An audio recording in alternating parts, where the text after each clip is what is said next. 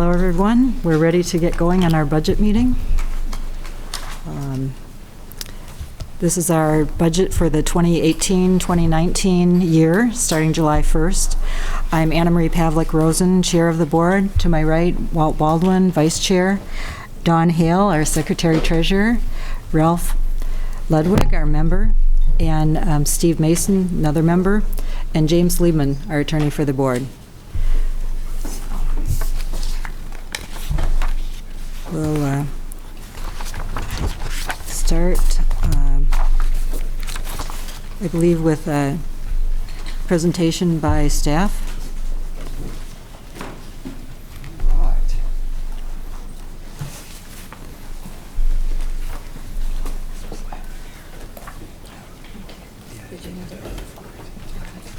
All right, good afternoon. A year goes by fast. Here today to talk about particularly the 2018-19 fiscal year budget. We include with our budgeting information, we look at 5 years. So we're looking at fiscal year 19 through fiscal year 2023. Laying out 5 years, we are a very capital intensive business, as any utility is. So laying out 5 years worth of information, we could go much longer, but your data does start to get skewed after too far. Looking at what it will take to continue to invest back in our infrastructure, long-term borrowing, and how that affects rates to our customers. So I don't have a whole lot of slides prepared today, but I did want to get started off just kind of talking through the budget a little bit. First thing I want to talk about goals for the meeting today. Primarily, staff is here to present the 2018-19 budget to the board, along with our 5-year plan. So we're asking the board to eventually, on the 19th of June, to accept the budget for the 18-19 year. We look forward to and hope to have questions from the board and comments throughout the budget presentation today. So as things come up, feel free to jump in at any time. This is about you trying to better understand what we've put before you. This is what staff's prepared for the fiscal year 18 going forward. So we will create a list of board suggested changes and initiatives as you have things that come up throughout today and Thursday the 7th. We'll make a list of those items, and the goal is on the 19th of June, our regular board meeting, for the board to vote on any board suggested changes or initiatives and to approve the fiscal year 18-19 budget with any of those changes that are approved. So that's kind of the process we have before us. Today, looking at the agenda, first I wanted to, or proposed agenda I should say, is to talk first just general budget discussion. And then I would like from there to move to the electric division. I think we can get to the water division today, depending on how well we run, maybe even get to telecom. What we don't get done today, we can start 1 o'clock Thursday the 7th right here back in the same place. And I imagine we'll still be in the telecom discussion. We'll go through our administrative departments. And then if there are some things that come up additionally that the board would like to talk about, I think we'll have enough time on Thursday to talk about them.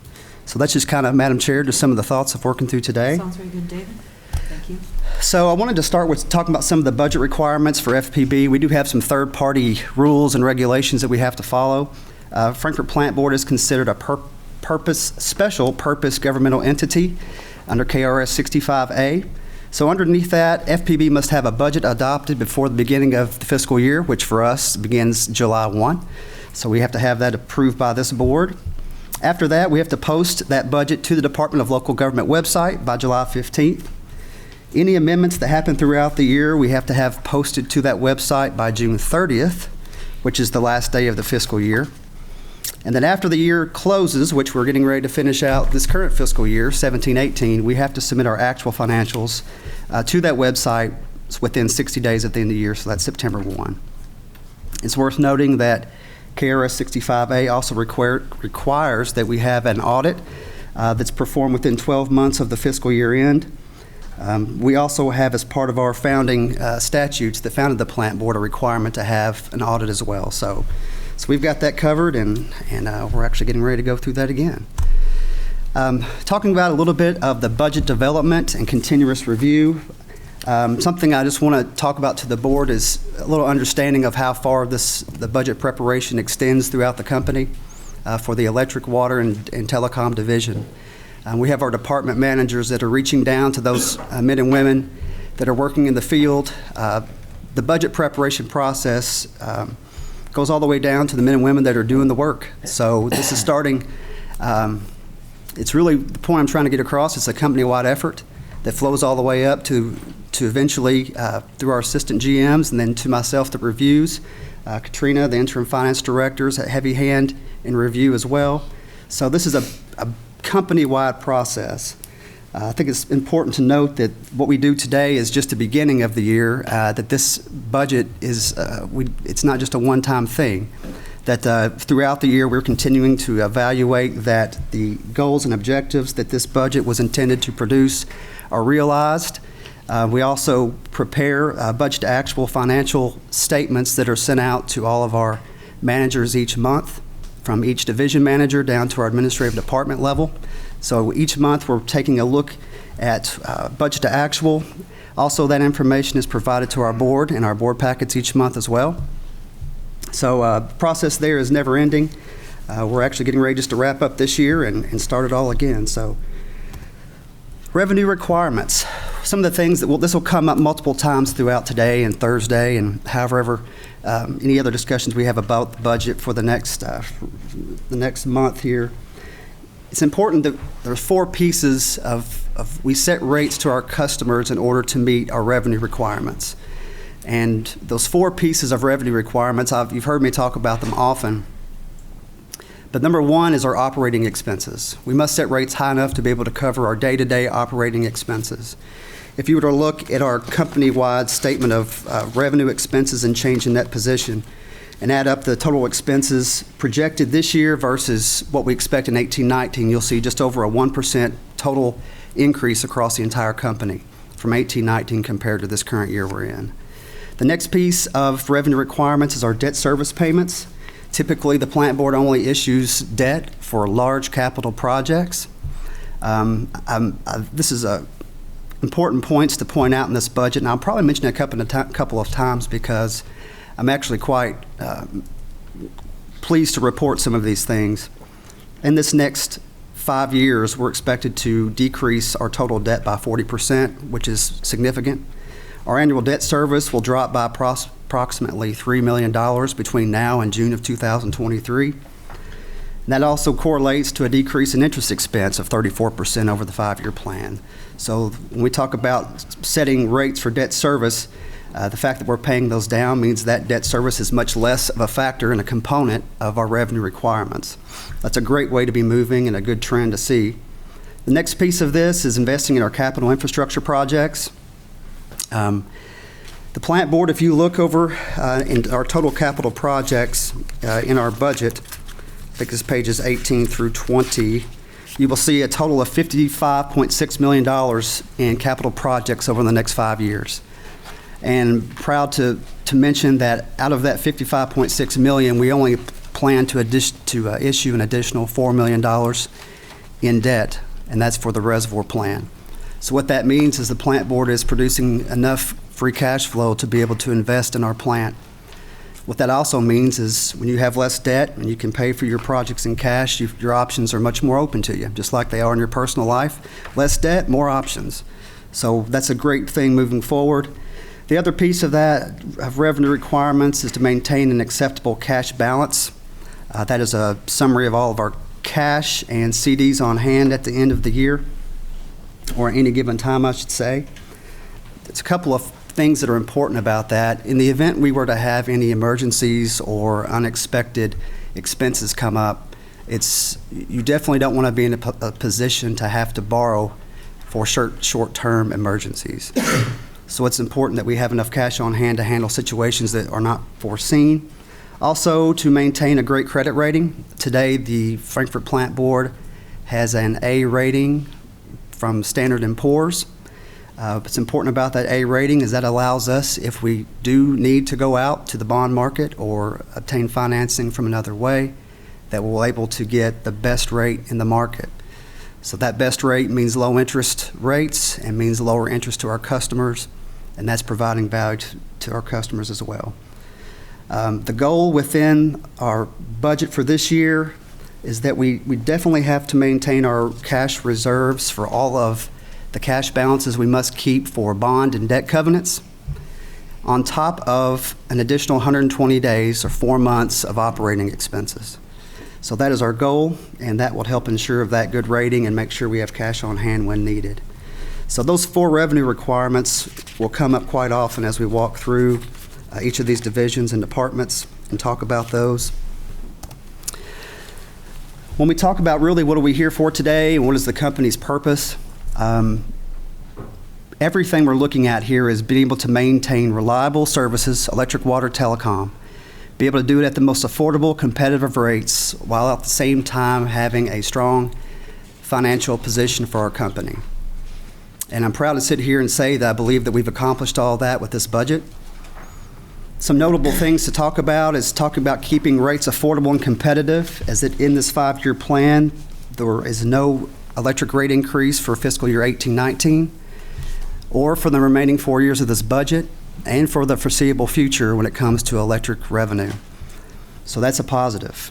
Mainly due to wholesale power rate decreases of approximately 14%. That'll begin the first full year of 19-20, and we expect those rates to be relatively stable over the next several years to come. What that will allow us to do, these savings and paying down the debt that we've mentioned, being able to pay for advanced metering infrastructure for our electric and water divisions in cash is a big deal. We've talked about AMI for years, but I think we're at that point where this is actually reality, and being able to do it without borrowing money is even that much better. We've talked about the reservoir replacement for a decade, and we have in this budget to begin that process as well. It's a critical infrastructure project, and we have that slated to begin in February of this coming fiscal year. Talking about debt again, significant decrease in company debt. We talk about a sound financial position for the company, and we intend to deliver on that for sure. 40% decrease in debt over the next 5 years, decrease of $3 million in debt service over the next 3 years, interest expense reduction of 34%, and a lot of that is paying off 2 of our loans. We had, I should say, Electric and Water Revenue Bond Series 2009, issued at just under $10.3 million, with approximately $1.2 million a year in debt service that will be paid off in December of 2019. So be glad to see that go away. And also our primary FSN note, originally financed, I know it was refinanced a couple times, but this time whenever it was just under $23 million, over $2 million in debt service, and that will actually be paid off in March of 2022. So within this next 5 years, those are 2 lines that we look to retire. Another thing, talk about reliability to our customers for all 3 of our divisions, is the ability to increase speed and reliability for our telecom infrastructure. 2 of the big, I know Adam and his group this year, looking at replacing the active amps and line extenders is a big deal in shoring up and reliability of our current network, protecting the revenue we have from the customers that we gratefully take our service, and then move forward with the design and eventual construction of the next telecom infrastructure with full fiber to the premise.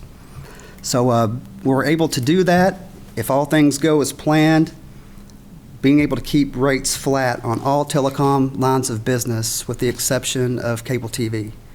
So I know we talk about telecom and fiber. I saw comments about, oh, well, there goes my rates. Well, in this budget, we have no plans to raise broadband rates in this 5-year plan. That's on top of being able to provide these additional infrastructure improvements. Playing in with that, with all the rest of the divisions, we plan to pay in cash for all capital projects with the exception of the reservoir. And something that we've noticed over the last couple of years, something I want to bring up, what we have in place is the board-approved compensation plan is in this budget with the goal of attracting and retaining a highly skilled workforce. Have a couple of points underneath this. We're looking back over the last 2 years, and since July of 2016, we've had 28 employees that have or are scheduled to retire between now and July of 2019, I should say 2018, this year. 28 employees. And we have hired over the last 2 years a total of 55 employees. If you look at our total full-time staff, that's about 28% of our staff has 2 years less of experience. So we're witnessing a shift and a change in our workforce. And what we have budgeted is the compensation plan that we hope to retain and attract highly skilled workers as we move forward into the next phases of the company. As we've talked about and will, each major division has one or two large projects that we're looking to walk down the road with, and we need to keep and retain that experience. And the next thing, talking about having a strong financial position, as we estimate to be at or near our minimum cash reserve balances for each of the 5 years. I think we're just a little short company-wide the first 2 years.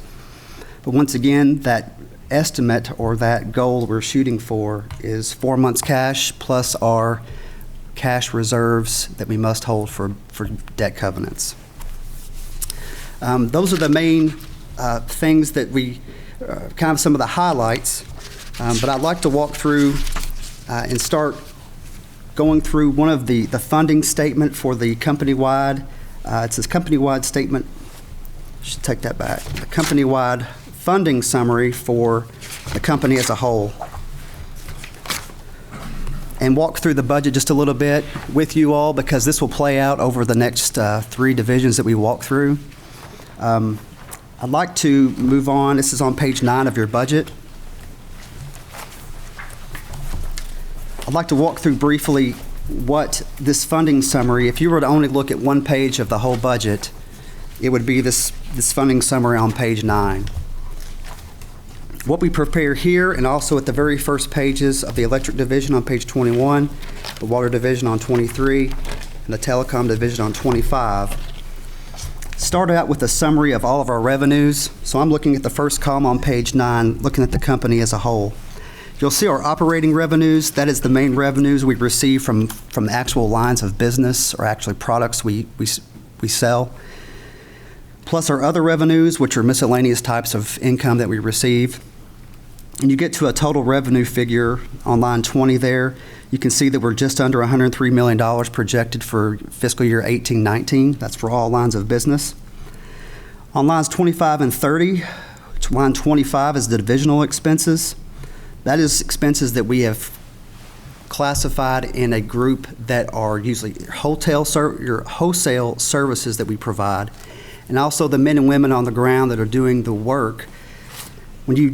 That divisional expenses is different from line 30, which is our admin expenses for the division. So we're differentiating between the actual work performed in the field versus the administrative tasks performed within each division, getting us to our gross margin on 35. And you can see our revenues less our direct expenses for the division, line 35 of just over $18 million. On lines 40 through 95, we take the general and administrative expenses for the company as a whole and allocate those to each of the 3 divisions based on a set of allocation factors.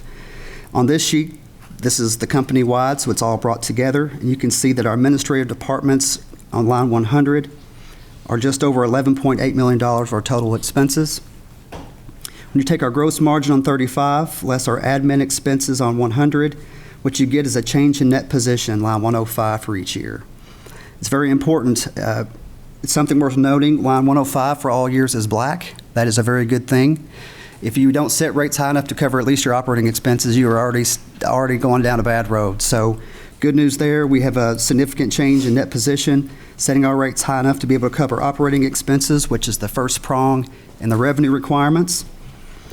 We go at this point from tracking accrual-based accounting, revenue and expenses, switching over to a cash basis statement.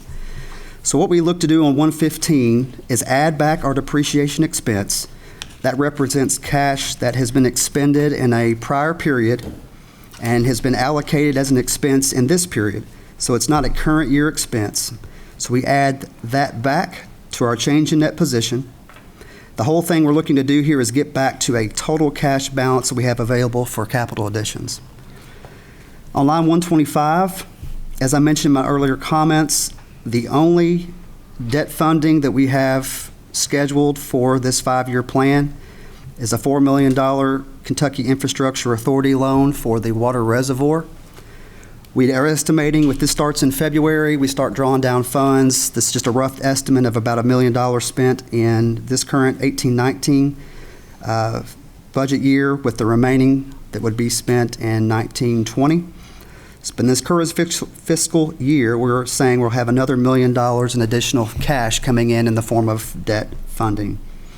On lines 135 through 170, these are the principal payments for all of the revenue bonds, FSN notes, and KIA notes.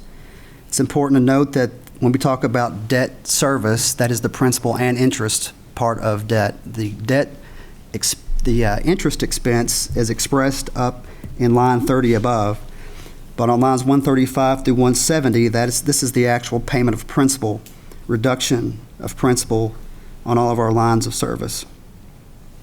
So if you have your change in net position, add back depreciation, add funds coming in from debt, subtract funds going out to pay debt, and then what you have is a cash funding current year of line 175, estimated to be just over $9.5 million at the end of 18-19.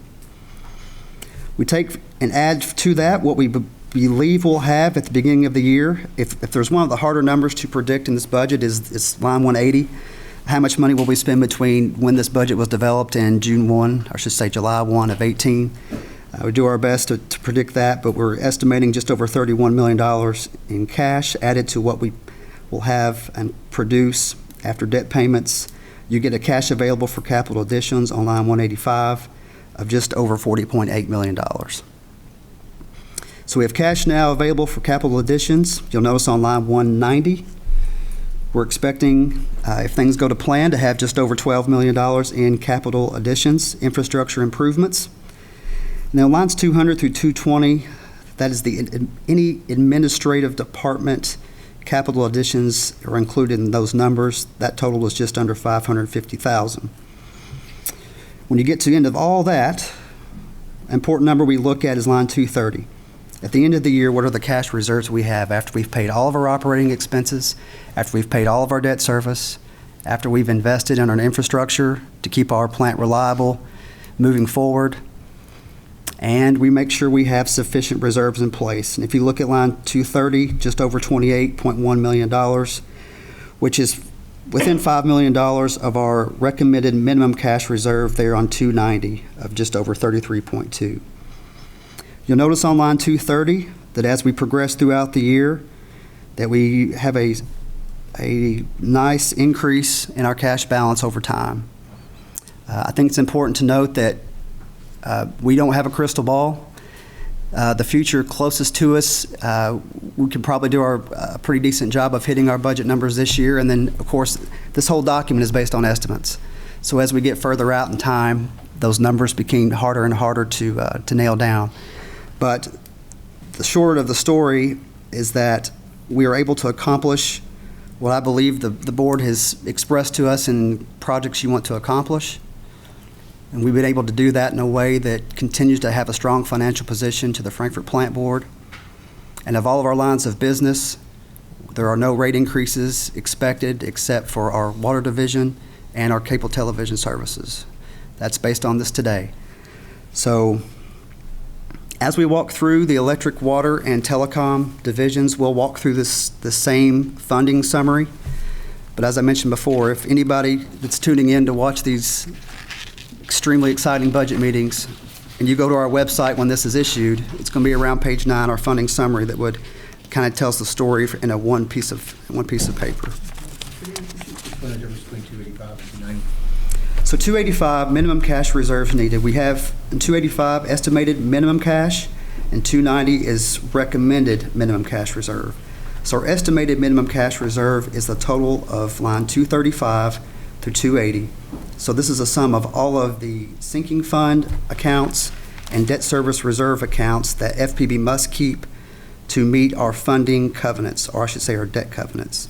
On top of that, for line 285 is included just 1 month of operating expenses. So what we're saying is at any given time to keep our debt covenants in place, we must have these cash reserves. If not, we've broke a bond covenant and they could call the bonds. Not a good thing. Plus, we say we at a minimum need to have at least 30 days of cash on hand, and that would be uncomfortable. But we're just saying that's an absolute, minimum. The recommended minimum is all of the debt funds that we must keep per our bond covenants, debt covenants, plus 120 days cash. So the difference really is additional 60 days in cash between the two. The good news is, as you'll see on lines 235, 240, I mentioned earlier paying off the electric and water revenue bond series 2009. That's in. We make semi-annual payments, all interest in June, and then our principal and interest payment in December. We'll pay that 09 bond off December 1, 2019. So you can see in 21, 22, 23, that line is zero now. What that means, it's additional $1.2 million a year. We'll get into it more when we get into water, but that bond was issued primarily for water projects. So what we're proposing to the board is, as that's paid off, that cash, instead of going to pay bondholders, would go to help fund the AMI project for water. But we'll talk more about that as we move forward. I would like to come back for a moment on page 8 and talk with you briefly as we walk through this budget on some of the assumptions that are made throughout the budget. So I'm looking at page 8, and I'm just going to walk down the first column, the 2018-19 assumptions, which most are stay constant. So we talk about, you could see and can do a general inflation factor that increases or decreases over the entire budget over a certain amount of time. In my experience with that is, by the time you get to year 5, it looks like you're going bankrupt. It's just, life is just not going to happen where you have inflation on every factor in every year. And so we do not put an inflation factor on the numbers within here. Now, if we, of course, know a number is going to change, we do put that in, but we do not put an inflation factor on there. Life just doesn't go exactly that way. And like I said, by year 5, it's you're ready to do something else. Salaries and wages, the compensation plan mentioned before. So we do have in this budget the compensation plan that the board has approved in this budget.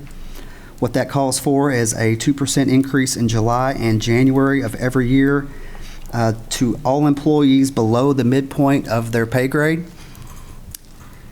That is with the asterisk that they would have at least a 3 on their evaluation, their annual employee evaluation, a 3 out of 4 in order to get that increase. For the employees that are above midpoint, that structure does not apply, and it's more at the favor of the board on what types of increases would be provided. In this budget, we have put a 2.5% cost of living increase in the budget for employees above midpoint.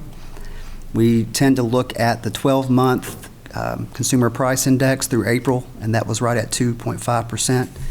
So that is the number that we put in there for the increase in pay for employees above midpoint. FPB is a self-insured health plan, so we have to budget enough funds to be able to cover the administrative fees of the plan, the claims from medical claims that come from all of our plan participants, and also prescription claims that come. In health insurance, we've budgeted approximately $2.7 million for the 5 years of the plan. And looking back over history, we have held in that 2.5 to 2.7 range for several years, and so I feel good about that. I did mention earlier that we're having our workforce is also turning in a way which it lends to better health care rates as well. We do offer a general basic life insurance to employees, and that's in there at a constant $55,000 a year. Kentucky Retirement Systems is a big conversation over the last year for all of those employers, entities, organizations that are in Kentucky Retirement. FPB is a member. We are expecting and will have a 12% increase in our Kentucky Retirement employer contribution this next year. Last year it was 19, or I should say the current year we're in, 17-18. The employer contribution rate was 19.18%. So for every dollar we pay an employee, we pay 19.18 cents to Kentucky Retirement. That is going to increase 12% next year to 21.48%. You can see on page 8, this KRS contribution increase, we have it going up 28% until we put a cap on it at 28 in fiscal year 21-22 and 22-23 of 28%. That was the original amount given to us back during all the planning, and we just decided at least let's cap it at the max amount that we knew was going to be set for actuarial purposes. Hopefully it stays below 30. That would be great, but that's what we've included in this plan. Then you can see right below that is a KRS contribution, just under $2.7 million, very close to what our health insurance is for the contribution to our retirement plan. Everything else, so when you look at wages, that's a KRS contribution. Tied to that also is the employer taxes, Social Security and Medicare at 7.65%. And then also we are a member, self-insured plan of the Kentucky League of Cities Unemployment Trust that we fund. And there's also a percentage of our payroll that we pay into that. It's overall a relatively small amount, just under $22,000 a year. When we look at budgeting for the electric division, looking at customers is helpful to see, how many customers do we have by class. But when we're really looking at budgeting for wholesale power and for electric rates, we're looking at kilowatt hours. You're looking at wholesale power costs. We're under the electric division assumptions. You can see what we've budgeted for all 5 years of our wholesale power.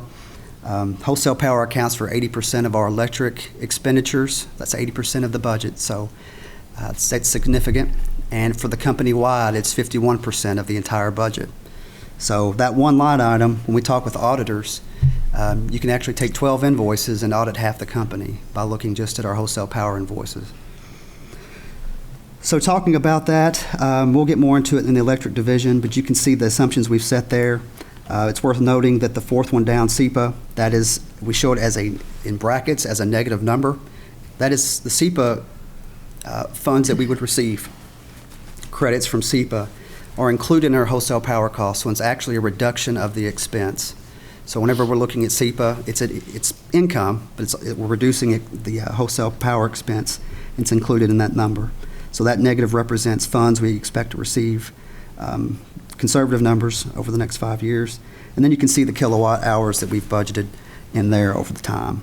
Looking at water, same thing. Customers, it's nice to see the number, but at the end of the day, it's those billing units in gallons sold that we're looking at. So we have set in this budget. We're mainly looking at 18-19. I give a lot of credit to our water division. Billings and the electric water engineers we've been very close in recent years to the number of gallons sold, which translates to being very tight on our water revenue. You can see that budgeted there. And then something I think it's worth noting on the telecom division assumptions. There are a lot of them to look at, mainly looking at the different prices that we would charge for different services. But something you'll notice is every single number for all 5 years stay exactly the same except for our classic cable and the preferred cable rates and the cable retrade surcharge. Those are things we've talked about in the past. We continue to see pressure from our programmers, and that's just something that it's no different than any other cable provider across the United States, but we continue to have increases year over year in our programming that are hard to just absorb. So those are some of the assumptions, and we'll continue to talk about those as we walk through the budget. From a general discussion point, again, I'd like to flip over, if you could, to page 15. So what all's in that, the wholesale power cost, KU and KYMEA, is that, what actually goes into that $47 million for KU and the $41 million for KYMEA? So we're looking at page 8, first column, wholesale power cost KU. We wanted to differentiate between the two, and it's a big point of this budget discussion is that we are changing wholesale power providers. So the point in having a separate line is we're showing that for this coming fiscal year, 18-19, we will take power from KU through April of 2019, and that when you look at all of the power and demand and all the charges, fuel cost, everything included, we're looking at just under $47.2 million in wholesale power to KU. On top of that, there is the ash pond cleanup cost that we've just separated, separated purposely to show that this is a cost that's not going to be reoccurring year over year. Then we show a separate line for KYMEA. It is essentially the same type of expenses that make it up, just wholesale power cost. And we expect there is a lag between, with KU as far as charges that we receive in true-up and also charges when it comes to the ash pond. So that's why in 1920, even though we've moved to a new power supply, there'll still be some charges that attach and we have to pay from KU. It's purely timing. We're paying those now. The timing difference is just the same. It's just that we've never been apart, and so it's never, you won't know until you terminate the contract. So we show that separately, and then we're on down the road with a new wholesale power supply.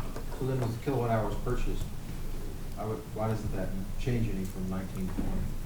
Wouldn't we expect to see a different number there? And the same with transmission, wouldn't we expect to see?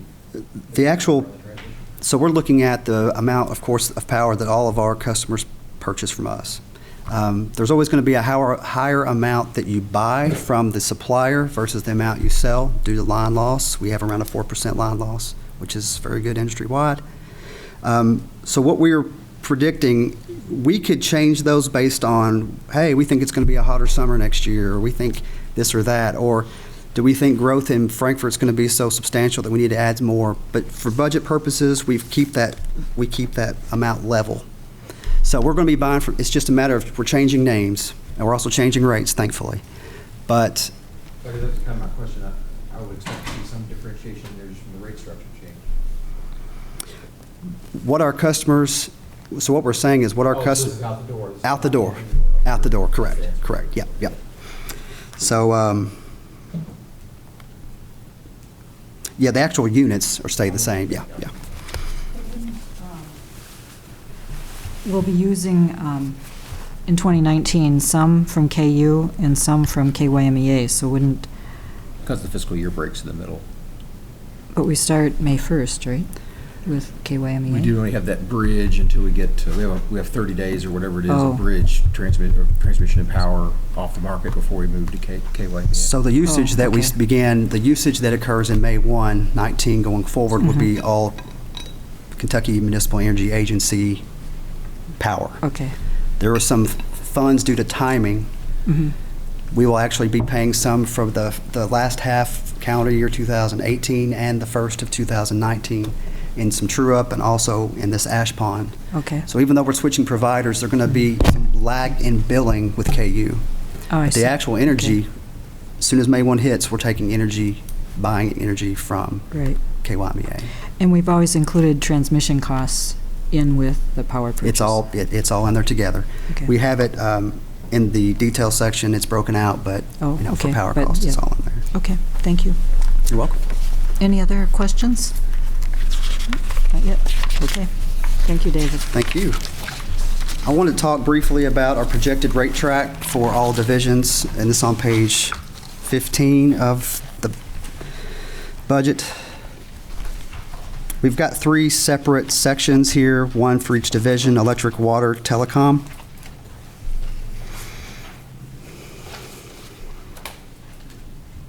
I think it's something we can be, not to get too far ahead of ourselves, but when we look at this budget, I'm looking at the electric division. This is the first set of numbers, lines 5, 10, 15, 20, 25. The first 5 lines, second column. Projected rate adjustments. For several years, since 2009, there's been numbers in that column. It's been around 5%, 7, 9, but going forward, it's 0. So we're projecting no rate increases next year for electric and for the years of this 5-year budget. So what that means to our customers, if things go to plan, is that they can plan, especially for our large power commercial customers. Looking at going forward, your power cost, the only change is going to be in the amount of usage you have. So that's something we're throwing out there. I think it's very exciting to see that. Water division, the next section, lines 50 through 70. We completed a cost of service study, I believe it was at the end of fiscal year 16. And that study spanned over a 5-year period, 2017 through 2021.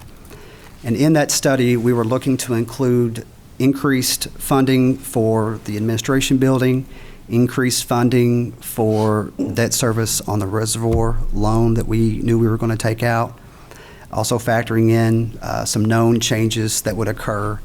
And what that study resulted in is showing a incremental water rate increases from 2017 to 21.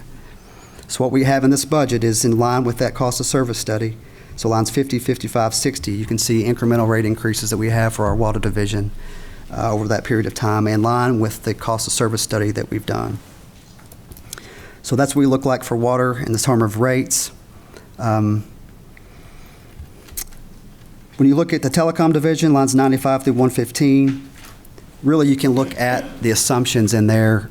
There's too many things. We have too many lines of business to be able to give you like a blended rate. So when you look at the assumptions, as we've talked about before, the only change we have or assume to have in telecom are cable TV rates due to pressure from our programming costs.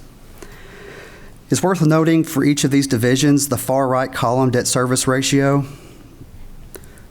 Our bond covenants state that we must maintain a 1.2% debt service coverage ratio. So what that means is the increase in net assets for the year plus our depreciation expense gives you what you have available for debt service. We must have 120% of our debt service requirements covered when you have that ratio. Legally, electric and water are married together. Kentucky Revised Statutes, they're legally married. So when you look at electric and water revenue bonds, exactly as it states, the electric revenue and water revenue are pledged to pay off and service that debt. So when we have to do bond continuing disclosures every year. It's due by November of every year. We have to put those out. And those are put out on a website that all the bond holders can go out and look at through the SEC. Whenever we look at debt service ratio, we're combine the electric and water operations to get that number. So when you look at just electric, due to the fact wholesale power decreases, you can see that debt service is not an issue at all. We put those two together, that's what we'll report. When you look at just water, I'm looking at the far right column on lines 50 through 70. You can see just water alone that we are hitting the debt service coverage ratio. Something worth noting that our bond covenants is the 1.2. When you bring in for electric and water the Kentucky Infrastructure Authority notes, so our bonds plus the KIA notes, our covenant says we have to have a 1.1. So when you add that additional debt, we have to have 110% of our debt service coverage to meet those. We send our annual audit off to KIA each year, and they're looking to make sure we're hitting those covenants, which we are. So that's something worth noting. And then telecom division, 1.2 holds, and we show that we can meet that every year as well. So what that means is that we have our rates set sufficiently to be able to cover our debt obligations. That's a number that your rating agencies are looking at annually. One of the things that stands out whenever we've done several rating agency calls in the last several years, and one of the things they have mentioned to us is that this board has been willing to understand that you need to set rates in order to cover those four pieces of revenue requirements. Some boards will keep rates stable and flat no matter what the trend is, eventually having large rate increases, which we call rate shock to your customers, as opposed to having incremental rate increases a little over time, smaller over time, but continue to keep up with the cost of doing business. And so this board's ability to notice that, to see that, and to continue to walk in that way has been a big part of contributing to a positive bond rating. That flows kind of into our debt discussion on page 16 of our budget. We show there's 5 different boxes here which represent the 5 fiscal years within this budget. I kind of given out a stat earlier that our total debt load, total debt balance decreases by 40% over this 5-year period. If you look at the first box, I'm looking at the third column, the balance as of June 30, 2018, you can see we have just under $42 million in debt when we finish this fiscal year. And these numbers are solid. We have amortization schedules that back these up, so this is what it will be. with the exception of the estimated reservoir bonds. So you look at that, where we are at the end of this fiscal year, June 30, 18, and then you go all the way down to the very bottom, page 16, looking at the balance June 30, 2023, at just over $25.2 million. That's a 40% reduction from 42 to 25.2. I talked about over a $3 million decrease in debt service over that time. If you look at the first box above, fiscal year 19, the far right line, total principal and interest, looking at line 45, far right line, $65 million. You look at the very, very bottom, far right number. By the end of 2023, our annual debt service is just over $3 million. So you're actually over $3.5 million reduction in debt service over the next 5 years. What that means is that's $3.5 million that won't be going outside of this town to be paid to bondholders or financial institutions that we can use to invest in infrastructure projects and also whatever else the board deems appropriate at the time they're paid off. But I just think that's a great trend to show. If you look at we provide it in our board packets each month that we are on a straight downhill slide when you look at all of our debt service numbers. So that's just something worth pointing out. And as we mentioned again, the only debt that we have projected or planned to issue at this point is Kentucky Infrastructure Authority low interest note, $4 million in total for the construction, or I should say the replacement of the reservoir.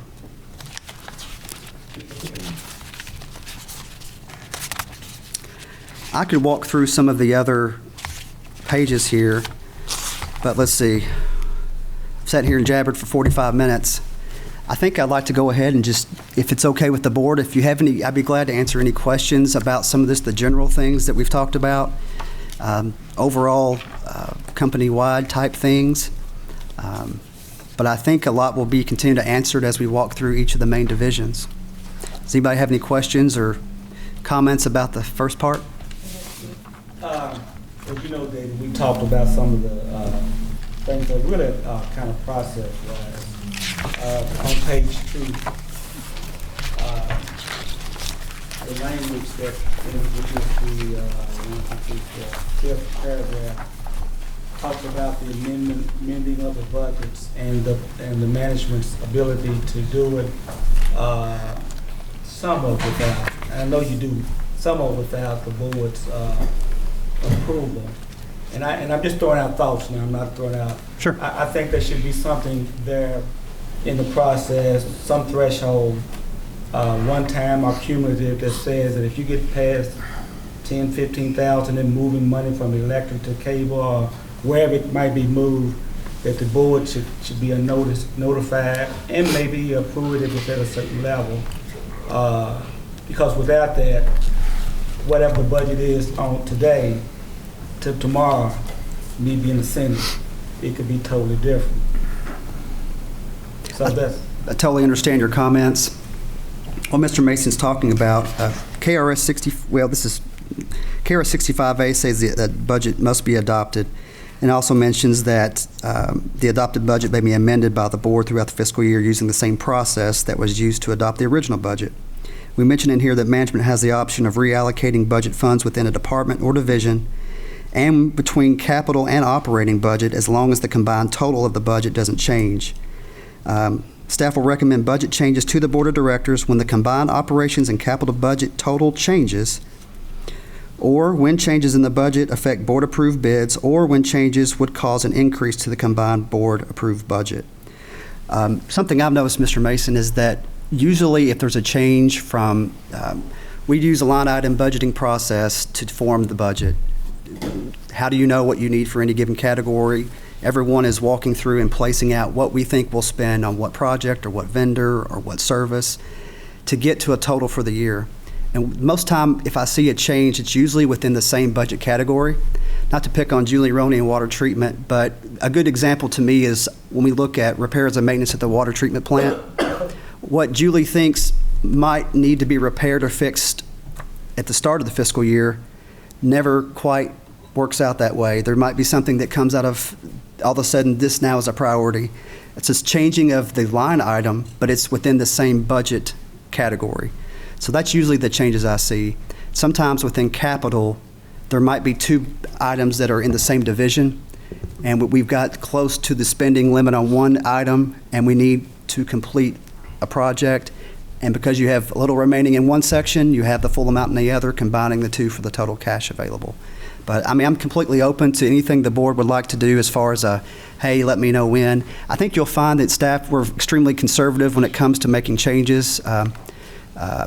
So I totally understand your point, though. Yeah, but again, what I'm saying is really not about, it's impersonal, really. It's not about who is doing what. And the examples you are using are perfectly normal activities that might happen during the course of the year.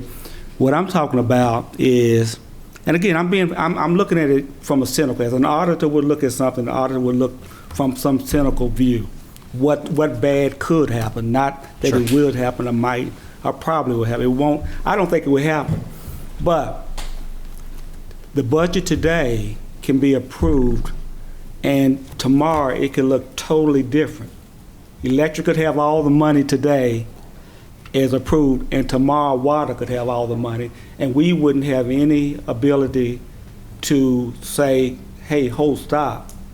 We don't have any. So all I'm saying is there needs to be a threshold, one time and cumulative, on when money's moved among the divisions, that the board is privy to it and perhaps needs to approve it. Because out there in the public, if it's done or something is lacking, and we have no clue to that move, then we're looking like we haven't had any oversight over the management. Sure. So, and what I'm saying is really a feature that most boards have some kind of control over, or oversight, in that when budgets are moved to a significant level, that the board at least knows that it's happened, and may, it might just be an oversight, but it might be some approval mechanism that says the board needs to do that. So I agree, budgets are just a projection, and things will be moved. But when it becomes at a significant level, I think the board should know that it's happened prior to it happening, and perhaps at certain levels approve what's happening. Just a thought out there for right Sure. now. Absolutely. The other one, and I'm gonna get shot in here today, so I might well go get shot. Can I just ask a question Sure. related to that before you move to something else? Has there in the past been instances where money has been moved from, say, electric to telecom or telecom to water, or between departments? No, ma'am. We work kind of a solid utility accounting principle, and there's some reasoning behind. We work to keep the funds, the rates set for electric cover electric expenses and capital and debt service, and same down the line. So water rates pay for water debt service, water capital, same for telecom. So we don't cross-subsidize between divisions. So if there is a change, it's going to be within the division that it was originally intended to be to. And you'll notice, we have a check and balance today with the budget to actual reports. If you were to see a big variance or a jump above or below, you very rarely see one above. That would be a flag too, that we've got, why is we all of a sudden above budget on this one item and this one's way low. But I totally get and understand what Mr. Mason's going for there. So, Thanks. Thank you, Steve. The second one, which could get me shot, is the salary Yes, sir. increments. I know, again, that we have the money and the means, but in this market, whatever the utilities, whatever the market is in Frankfort, above 4% raise for 75% of the people is something to think about. Not saying they don't deserve it. sure. But that's twice the rate of what the city's going to get. City employees are going to get. It might be 3 or 4 times the rate that the state may get. Now I know states are different. I'm just saying that's a thought. I'm tending to go toward the cost of living rate, which is still above everyone else. But there's a perception with things too here, as to that goes toward a perception. What the pay rate might do, even if you have the ability to do a 4 or 5%. I know this one right now is a little bit above 4 because you're compounding Right. the 2 and 2. And so that's just another thought out there, I think, to think about. I'm not saying change it now, I'm just putting it out there. So those are my 2 things at this point that I... Very good. Thank you, sir. So, David, I just had one question. When you submit all this to KIA or do they ever say, wow, you're doing a great job? Do they ever call back and say that? They're looking to make sure you haven't Okay. crossed. So they go on to the next project? Yeah, if we're doing good, that's no news. If you're doing bad, there's news. So Just curious. we try to stick to no news. But we do give these out. Like I say, we have to submit information on, it's through ERISA. It's a SEC website for our bonds. And we do give these out to United Bank, who holds the debt for our telecom division, and also KIA. All of those get a copy of our annual audit. Well, it looks very thorough, very good. Thank you. You're welcome. I thought, like we have done in years past, is that we'll have the managers for each division come up and we'll just kind of walk through each. I'd like to start, if everyone likes to keep on rolling here on page 21, the electric funding summary. This is just like the company-wide funding summary that we looked at earlier. It's just cut down a little bit. You don't have some lines because outside of the portion, we've allocated the debt on this admin building because it does serve each line of business. So the only technically debt that the electric division has is its portion of this admin building. As Mr. Baldwin spoke about earlier, we do have the flat usage assumption in there.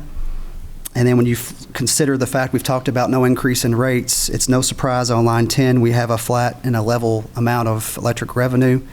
Once again, I can't say it enough as to what we're trying to accomplish with rates. With those 3 prongs, you want to be able to run the most efficient operations possible. If you're running the most efficient operations possible, making the best decisions in that way, you're able to keep a strong financial position and be able to pay for these investments in cash. That's keeping our debt down. That is one less factor into the revenue requirements, is debt service. Infrastructure improvements. If you've been efficient, that means the lowest rates you need to your customers. If you have and can pay in cash for things, that means you don't have additional debt. Less of your revenue requirements go into debt service. You're able to pay for more of these capital improvements in cash. And that it relates to a very nice and comfortable and healthy cash balance in the form of reserves. So on line 10, we have this assumed flat revenue in electric for over the 5 years. We have miscellaneous other electric revenue of $583,000, bringing total revenue for our electric division to just under, just under $62.1 million. When we take out our direct divisional expenses, this includes 80% of line 20, 80% of the complete division expenditures is our wholesale power. That's included in line 25 there. Plus our administrative expenses for electric. You get to a gross margin revenue minus those direct expenses of just over $5.8 million. When you take out the administrative expenses allocated to electric, various allocations that we do for each of the administrative departments. Total administrative overhead allocated to electric is just under $4.3 million. You see an increase in that position on line 105 in this current looking year, 18-19, of just under $1.6 million. Now, you'll see that is a much lower number than we see in lines in years 2 through 5. We're continuing with KU. We are going to have higher rates under this current structure with Kentucky Utilities than we expect to have with KYMEA. We are going to, recommendation to this board is to keep rates flat because we believe we can handle that. And that is why you see in this year a little bit lower increase in that position. Going forward, we do have to have significant decreases in wholesale power, which adds to that consistent 8.3 to $8.8 million increase in that position going forward. But like we did with the general section, you have what your operating income is, increase in net position on line 105. We add to that depreciation. That's funds expended in prior year, not this year, so that's an increase in cash. Back out the amount we pay on bonds for the electric division, giving you on line 140. I should say adding to the current year funding amount, beginning balance of cash gives you a cash available for capital additions on line 145, just over $22.5 million. We back out over $4.2 million in electric capital expenditures, plus just under $200,000 for the general, giving you on line 185 just under $18.1 million in projected cash reserves at the end of 18-19 fiscal year. You can see on line 210, the very last line, we're very close to that recommended minimum cash reserve, but we hit that in year 2 and continue 2 through 5 to meet that recommended minimum. I will save all the good stuff for Vint and Scott to go through because there's a lot of positive in this section of the budget. So with that, I'll turn this over to Vint Foster. He's our Assistant General Manager of Operations. That covers the Electric and Water Division. Also our Chief Electrical Engineer. And Scott Hudson here, who's our Electric Superintendent. So I'll go ahead and turn it over to you guys just to kind of go more in depth through our operating and capital budgets. If you would like to, go ahead and turn to page 18. This will be our capital. Power on. I'm over there. Can you hear me? Hello? All right. Hate microphones. If you want to turn to page 18 and 19, I'll go ahead and review our capital budget with you. Just bring out the highlighted items, the big ticket items for this upcoming budget, and if you have any questions about the other ones, I'll be happy to answer those. If you start down on page 18 at the bottom, line item number 250, that begins with the electric capital. If you scroll down to there, and you will see, I had it marked in my other book, I'm sorry about that. If you look at line item 315, it's replacing a T24 and a T23. These are 2 substation transformers for $1.5 million. If you remember, we've been talking about voltage conversions probably since the late 90s. Many of you all been around long enough to know that voltage conversion is a big thing we've been doing throughout the system. We'll be finishing up our voltage conversion projects this coming fall. With doing that, then we're ready to change out those 2 transformers to 1 unit. Is what we're doing. So that's the reason for the cost. We're taking 2 units out, putting 1 big unit in place of those 2, and then that will help feed the new area of voltage conversion, which is downtown Frankfort. So that's the big ticket. That's one of the big ticket items for this coming budget year. Another budget item that you can look at, if you want to, turn to page 19. And you'll see line item 395. There's been a lot of talk about AMI. We're going forward with AMI. You can see in the year 19 budget, we have over $500,000 scheduled for AMI. What that's pertaining to this year's budget, our 19 budget, is, we're in a process of writing an RFP to send out.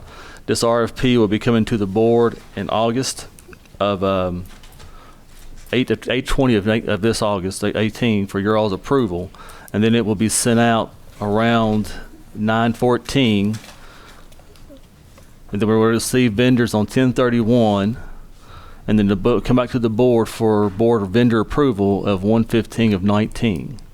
So that's what this money is pretty much counting for this next budget year. After that process is then we'll get into a full-blown deployment, which you can see in your. All right. You can see in year 20 in the budget line that we go up to 4.2 million, and in the year 21 we go to 1.3 million. So keep in mind, and what Scott's talking about is there are 2 points, and they're kind of little red boxes there that the AMI project will be back before you. I guess you could call it another bite at the apple. Number 1, you'll have it in front of you to determine whether or not you want to put it out on the street. If you remember when we did the business case and those other pieces, that was one of the things we talked about, was bringing it back to you when it's completely together before we send it to the vendors. And then, of course, like all projects and contracts that come before you, when you get over into January, you will, of course, have it before you again and make the determination on whether or not you approve and want to sign the contract. So there will be 2 more times coming up in this budget year when you will have decision points on AMI. I did have a question about AMI, and that I was in Chattanooga recently, and rather than using radio frequency AMI type approach, they went to fiber to the home and went strictly by fiber. They said some things about RF has weather type problems. Have you looked into anything on the, I don't know, accountability, consistency with? Yeah, Travis, do you want to talk about any of that stuff? We've asked some questions. You might want to come up and stand with Scott, so you're on the mic. I knew we'd get you up there some way. That's why we left that seat open. Chattanooga was interesting because they had billboards, the type that change in front of you and saying, you can go to your smartphone and see what your energy use is back home when you're out someplace else, and those types of things, tying it into fiber because it's one of their big efforts. But go ahead. I'm not familiar with Chattanooga specifically. We did look a little bit. We kind of reached out to vendors early on in this process to kind of feel them out on fiber to the meter. Mm-hmm. The feedback that I got is it wasn't that widely commercially available, but maybe that's changed a little bit since then. We, of course, we don't want to necessarily be trendsetters on our AMI deployment, but if that's more commercially available, definitely fiber to the collector is something we're looking heavily at. So a typical vendor system, you've got, say, 100 meters, just to make the number simple. Mm-hmm. They'll be on all the homes, and then you'll have a collector in that area, and we're definitely considering building fiber to all those collectors to avoid any, as you mentioned, kind of the RF issues with trying to backhaul all that data. Mm-hmm. Again, like I said, the fiber directly to the meter, I'd probably want to research a little more to see if it's commercially available. I thought it was interesting from the standpoint of we're talking about doing fiber for internet. Right. And if we could combine the two programs, we could share the cost or possibly reduce the cost. And it was maybe something that's been presented before, but it made more sense when I was there because people talked about it.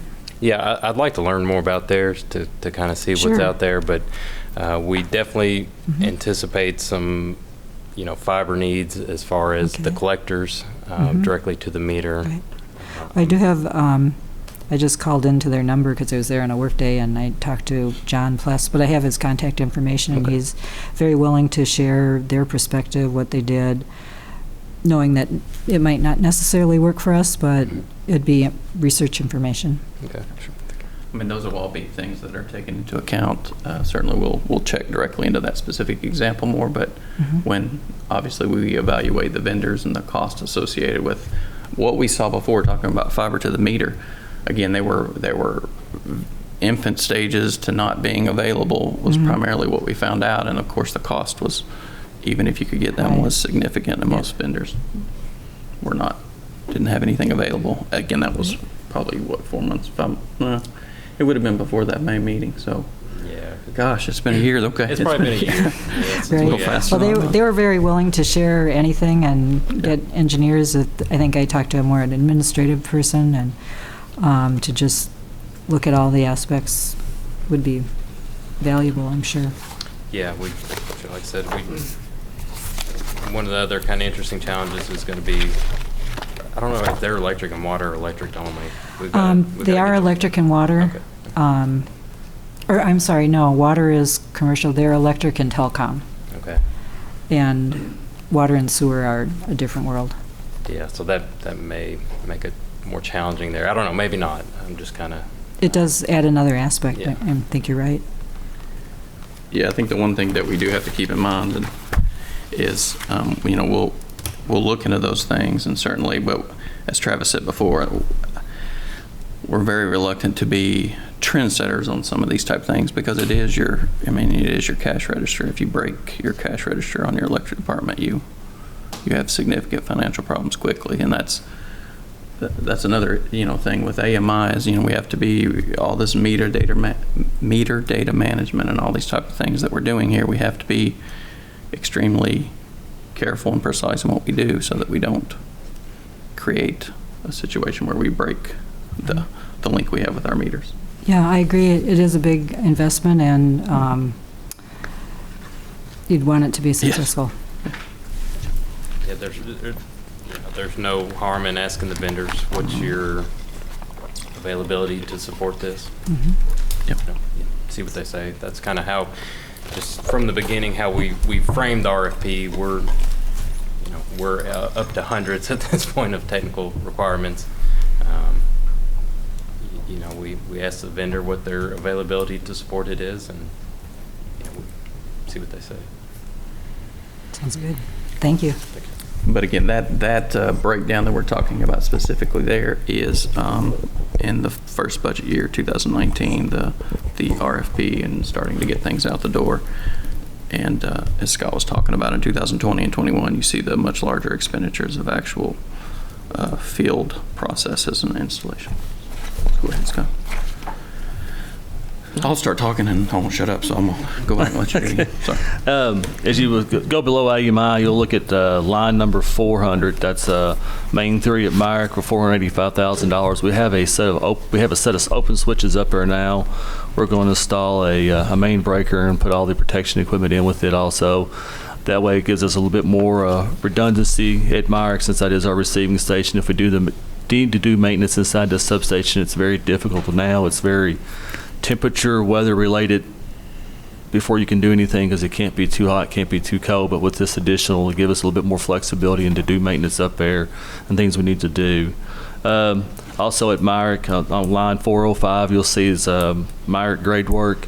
If you've ever been up there, it's a rock pit that was blasted down, solid rock blasted down, and it's built on top of solid rock. But there's a lot of water coming through the ground, steepest parts, and it's starting to cause a lot of erosion problems. So we're going to be doing some grade work up there, putting some retention walls in and some catch basins, and taking water away from that area, since that is a critical substation for us. It feeds all of Frankfort. So I will go ahead and point out that if you look at like line items 410 all the way down to about 510, it says carryover. Those are all projects that were customer driven. They're the ones who initiated these projects. Many of them haven't paid their part to do the jobs, and some of them have paid their money, but the weather or whatever, they haven't started their projects. So that's pretty much what these carryovers are. These are actually work orders initiated by customers. The one thing I did forget to mention about page 18. One thing I'll add to that they're initiated by the customers, and they're shown here as expenses, but they're also shown as in these type of work orders, the customer is charged in advance for the majority portion of these. And so they have paid their monies if we've started the project, and so those also come into our come in as revenue as well. So there's an offsetting piece for these. So they will be done in the future. Again, it is dependent on the customer sometimes and when they move with certain pieces, but generally these are not expenses that are just coming out of our budget without monies coming in to back those up. Back on page 18, I did skip one on line 330. You will see that we're going to be changing out some 175 HPS streetlights downtown. Well, they're scattered throughout the city, actually. We're going to be converting them over to the 53-watt LED replacements. We did an audit back last spring of all the streetlights in the city of Frankfort, and we worked on some. We did the 400-watt metal halides after we did the audit, and this is the next little group. It's not a lot of light fixtures involved, in about 78 to be exact. So we're going to be converting those over this next budget year to LEDs. Last thing on capital, you will see. Is there any benefit to start replacing those LED replacements geographically instead of by type of bulbs? No, what happens is, since each one of these lights have their own special rate, and if you do a certain area, it gets confusing, and that's the reason why I had to do an audit this past spring. It's even when we work on one today, this is a regular street light, it's about a 2-page process and about a 5-person email, and then a checks and balance, and 30 days later with another 5-person email, because you're changing numbers on the city multipliers and county multipliers. And if you get one off, 2 off, the next thing you know, it trickles down, and it could get out of hand. So we just prefer to do And that's what typically what we do right now, though, to answer your question is, if we do work on streetlights, if we do replace a streetlight anywhere, it's an LED light. But we're wanting to try to get some of these lower numbers where we don't have so many of them and get those done. And then that way, that fixture's done. There's no more having to worry about that. If it makes any sense. Is there that same administrative process in the future, when in the 20 years or wherever the lifespan of one of those bulbs goes out? Do we then have the same kind of non-geographic replacement schedule? And do we have that same paperwork burden then? Yes, we keep track of everything we do. Everything it's in the GIS and the ARC of what light is there, what type of light fixture it is, and all that. So going forward, you always have that paperwork in front of you. You'll know. And granted, eventually we'd like to have all the streetlights in Frankfort. We'd have it down to two types of fixtures. Before it's all said and done, it'll be a 129 watt fixture and a 53 watt. But you're specifically asking if we did one particular street. Is that cheaper, right? Instead of rolling trucks to different places? Well, my opinion of it wouldn't be cheaper. Again, we're kind of moving out. We did the 400s. That was a small section, and we were able to clean those out, and there's no more inventory issues of trying to keep up with anything like that. And we move out these 175s. That leaves us with 100s and 250s, and one's about $400,000 to replace, and the other one's over $100,000. So they're significant projects. If we start replacing just based on geography for maybe looks or just one particular street, then again, not counting these little groups that we're eliminating, when you're left with the 100s and the 250s, then you would be replacing fixtures that didn't have anything wrong with them. If you did one street, you would be replacing quite a few 250s, for instance, that had absolutely nothing wrong with them.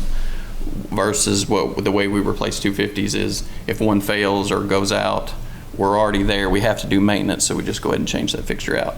If we changed out all the other ones on the street, I think the cost would increase to the plant board as far as you're replacing lights that had quite a bit more life left in them. Again, the key thing to remember is we're not paying the light bill. Lower power consumption too, right? So does that go into the?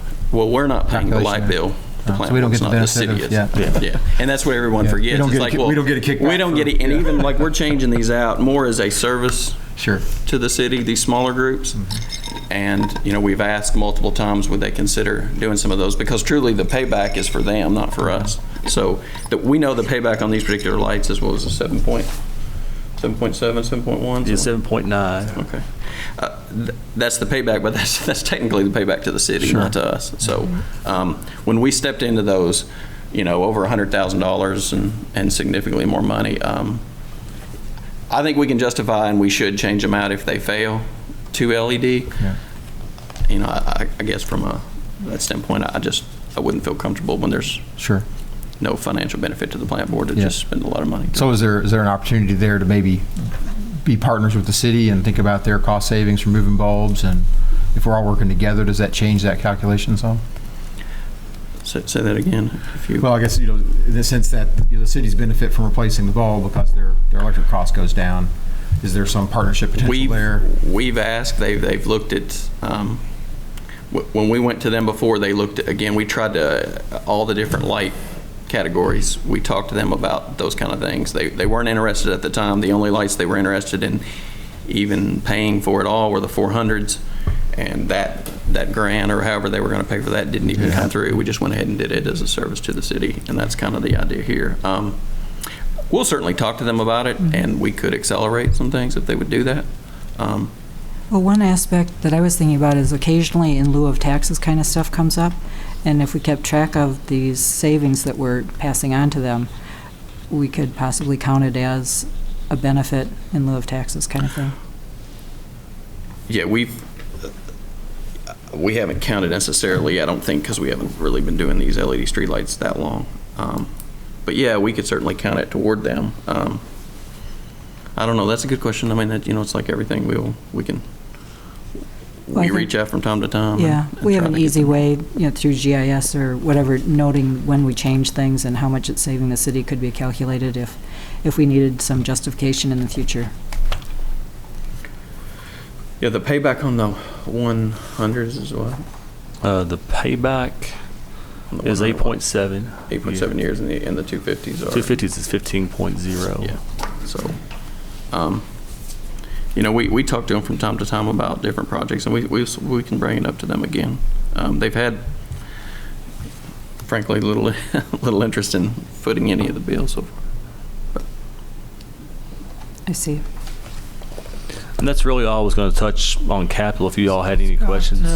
Myrick Substation, is that our primary station? Yes, it's our receiving And that's station. located where? Across the street from the service center. Okay. It's right, actually, it's up on the hill above the Okay. cable building. Do we get all of our power in there? Is that where it comes first? That's where it comes And first. then it's distributed out to the other substations? Is that what happens? Yes, sir. Okay.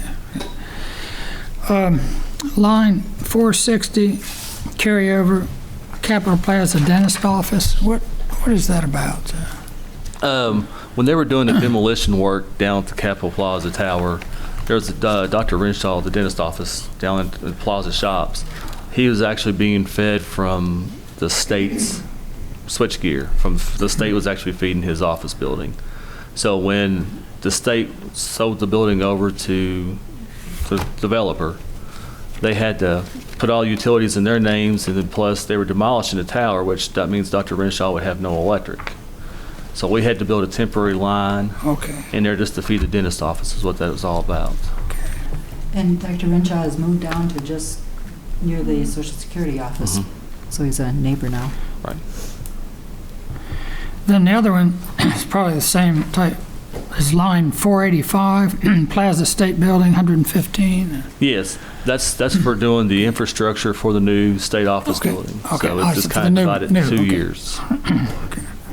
Again, the monies to do those projects have been advanced by those parties. So once we receive the monies, then we do the work. Okay. And obviously, seeing, for instance, how the tower's moving, it's not complete, obviously, and so Sure. we continue to pay for those. One thing I would bring to your attention as well is on page 18, we talked about transformer change outs on transformer 24 and 23. You'll also notice, just as a general rule going forward, lines 260 through 275 as well, is back in the mid-70s, our transmission system inside the Frankfort Plant Board was 34.5 kV. And at that point, we transitioned to 69 kV, which is the same level transmission system we have today. And so what happened when that happened, many of the transformers in the system had to be changed at that particular time. And so we have a lot of transformers, large station class transformers in our system that have all a bit of age on them, and they're coming to the end of their service life. So we, rather than, again, you don't want to change them all out at one time. You see the expense year over year, the estimates is roughly $1 million for each one of those. So those are kind of staggered in over multiple years. We've been replacing some of those transformers through the years, but then going forward, I guess you would say the next generation will have a more staggered replacement of these, and they will come due to be replaced rather than all kind of landing on roughly the same couple of years. So again, just right, those are fairly large expenses, but going forward, we've had a number of those. East Main Substation was one of those that a lot of the older ones were changed out.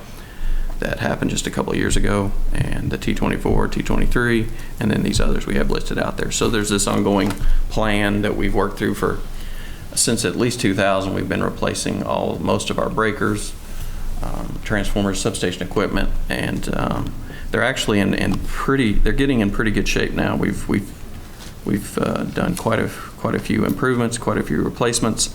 You see breakers as you move on down to 295 through about 310, but I'm happy to say that the substation infrastructure is in really good shape. The voltage conversion that Scott was talking about, that's been happening for years and years and years, is again nearly complete.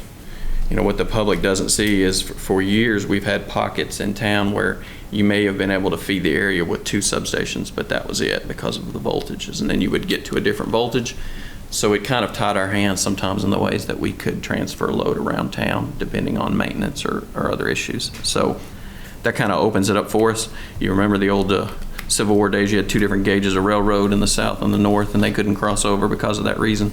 And so it's the same kind of thing. We had 2 different voltages and we couldn't pass energy back and forth across those areas. So after the voltage conversions are done, that will make it even our system more robust. It'll help us in our reliability to our customers, and when we do have outages and issues, it does speed restoration. So that's a long time coming, long before Scott and I are in our positions. That decision was made to start to move to that higher voltage and do those conversions, and they do improve efficiencies And so we're happy to see that that's just about done. Through the years when we would buy transformers that would go out on the poles and things like that, you would have to have dual voltage transformers that could be placed in either location, and you paid another third additional cost to have that particular situation. So those are almost gone. We're happy to see that project kind of wrapping up, and so there will be some additional cost savings and transformers we purchase going forward as well. So, told you I'd talk if I That's got going. fine. That's good for me. Like I said, if you got any more questions about if you have any more questions about capital, if not, we'll move to the expense side of things, which is on page 43.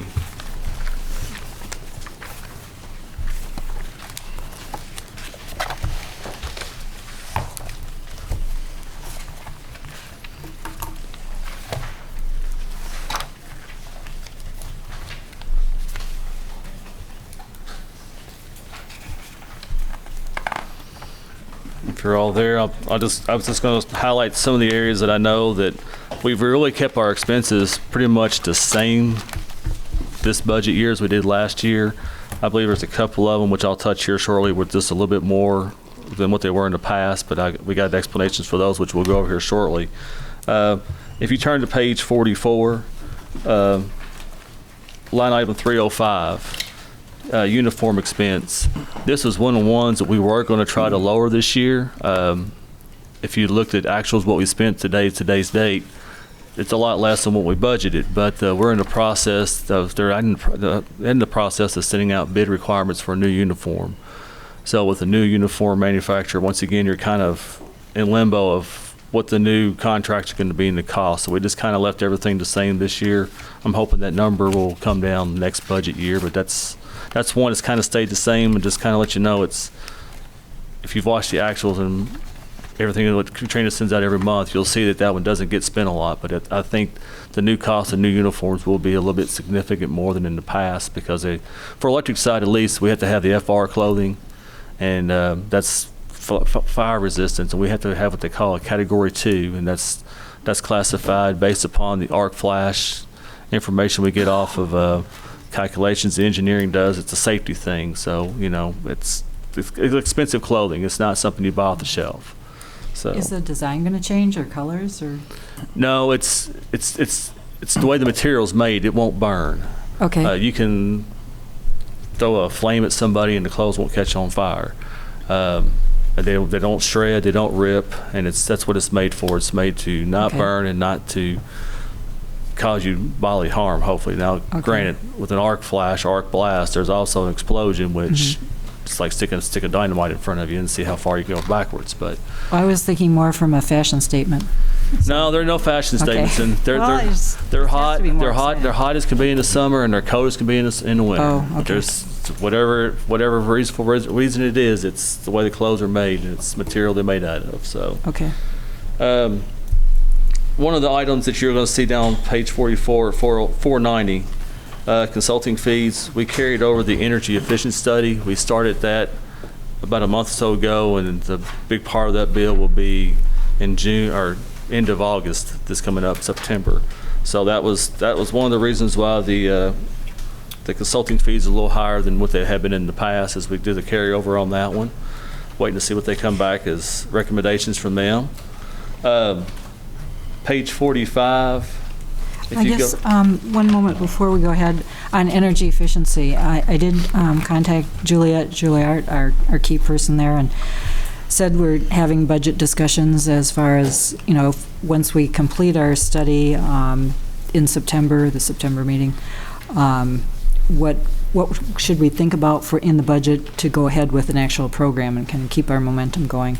And she did come up with a number of $350,000 based on a similar size municipal in the Midwest, and also talked about a 3-to-1 payback, so that by investing $350,000 that we would have a $1 million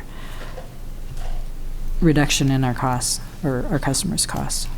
And that was something that I just spoke with her and got an email concerning, what something could look like, and wanted to throw that out as a possible expenditure. And I think what this number here probably includes paying for the actual study that we're doing now. Right, that's all it does. And so this would be a step beyond that. Okay.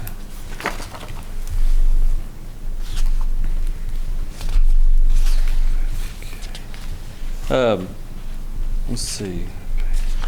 On page 45, once again, one of the items that it was going to be a little bit more expensive than it was last year was line item 635. It's a engineering expense account. It's for our GIS program. I think we had budgeted this year $120,000, and they only spent around $50-some thousand. But according to the vendor, they will be spending this much next year to finish up the project. So that's the reason why there was an increase. It's just kind of numbers kind of flipped. If you looked at last year's budget, we had 120 for this year and 50,000 for 19, and we're just actually kind of had to flip both numbers. So Is that partially because we didn't have an employee or we hired an employee or something? It's twofold. One, hiring the employee in GIS, some of the dovetail things that we need to happen there will better happen this year, but we also had an employee out on maternity leave early in the budget year who's primarily working on it, so we kind of held off on making a lot of changes while that person was out. And so for various reasons like that, a lot of the money didn't necessarily get spent. So we're continuing to work on that project, and again, the ultimate goal is to end up with more tablet-based type mapping more than paper mapping, and give the folks in the field on the electric side. The water has some of these capabilities already, but to give the electric folks more capabilities in the field to, on tablets, for instance, to be able to make notes and changes that they see in the field when they're doing switching, to give them better maps and understanding of the changes that they're going to make on the system, what it will actually do. So we are hoping to get some more of that in this year. So It's such a change from historically. I think they just kind of added some notes onto a piece of paper. yeah, a lot of those things when changes were made or discovered, those were passed back to engineering generally on a piece of paper. There's a lot of long-term institutional knowledge that happens when you do switching. It comes from experience. If you're going to move things around in the system, you know what happens when you do that, and these particular where the switches are and those kind of things. And while that's great for folks like Scott who built half the system, it's obviously not. You want to be able to, for your newer employees, to be able to understand where things are at, and it also reduces any mistakes or accidents that may happen as well when you have more information at your fingertips, obviously. That's good. Only thing I was going to really talk about, I think if you look around line item 690, a lot of our software services, they have been reduced from 2018 to 2019 budget.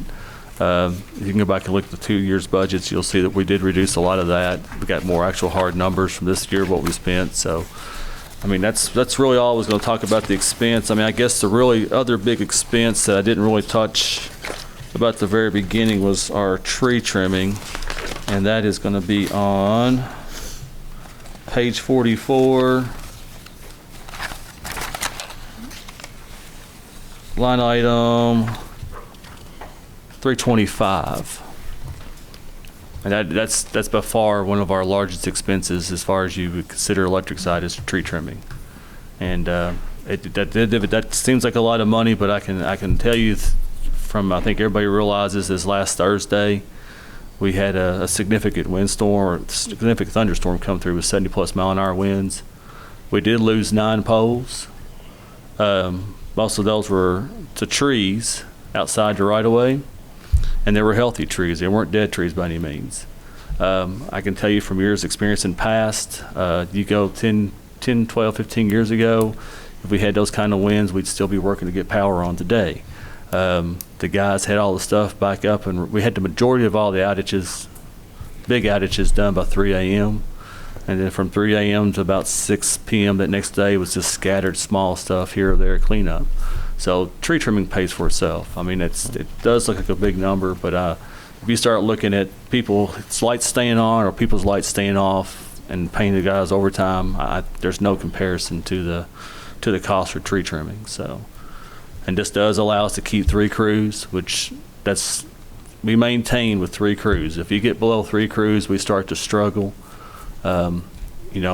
a lot of rain this spring, then it gets warm, and trees like rain, they grow, and it's nothing you can do about that. And it's the way the weather has been over the last several years. So we're maintaining, we're keeping our head above water right now. We're happy. So. Scott, is there anything in this budget to retrofit, go underground with anything? In budgets past, if you look at our capital budget is $4.2 million for 19 is what we proposed. In the last couple of years, we did stuff downtown where we had some overhead feeds left. We were trying to finish up downtown Frankfort to get it all underground. This budget year, with everything else going on, with the finishing up the voltage conversions and doing the work at Myrick, and we just didn't really feel like we had a lot of time to put an underground project in here. But if you go in the budget, in the capital budget, look out, picking back up in year 20, we go back to doing projects of getting things back underground again. So that will be going forward. And on the tree trimming, does Cable have its own budget for tree trimming in addition to this? Yes, sir. Okay, two. Yes. Well, see, what the cable sides is where we're trimming, and if they're on our facilities, well, we usually take care of them. They have to have their own budget for when they go into Bluegrass Energy or KU service territory, because they won't trim for them. Yeah. So they have to take care of themselves there. So the 625 budgeted, that's electric department. That's electric. Okay. Yeah, I think cable's 155 or 55,000 for cable. Yeah, when our guys cut, they go from the electric side all the way down on Yeah. our facilities, obviously. And if they do have hot spots at times where they get into an area that's just affecting them and not us, and their monies take care of those operations. If y'all have got any questions, I'll be happy to answer them.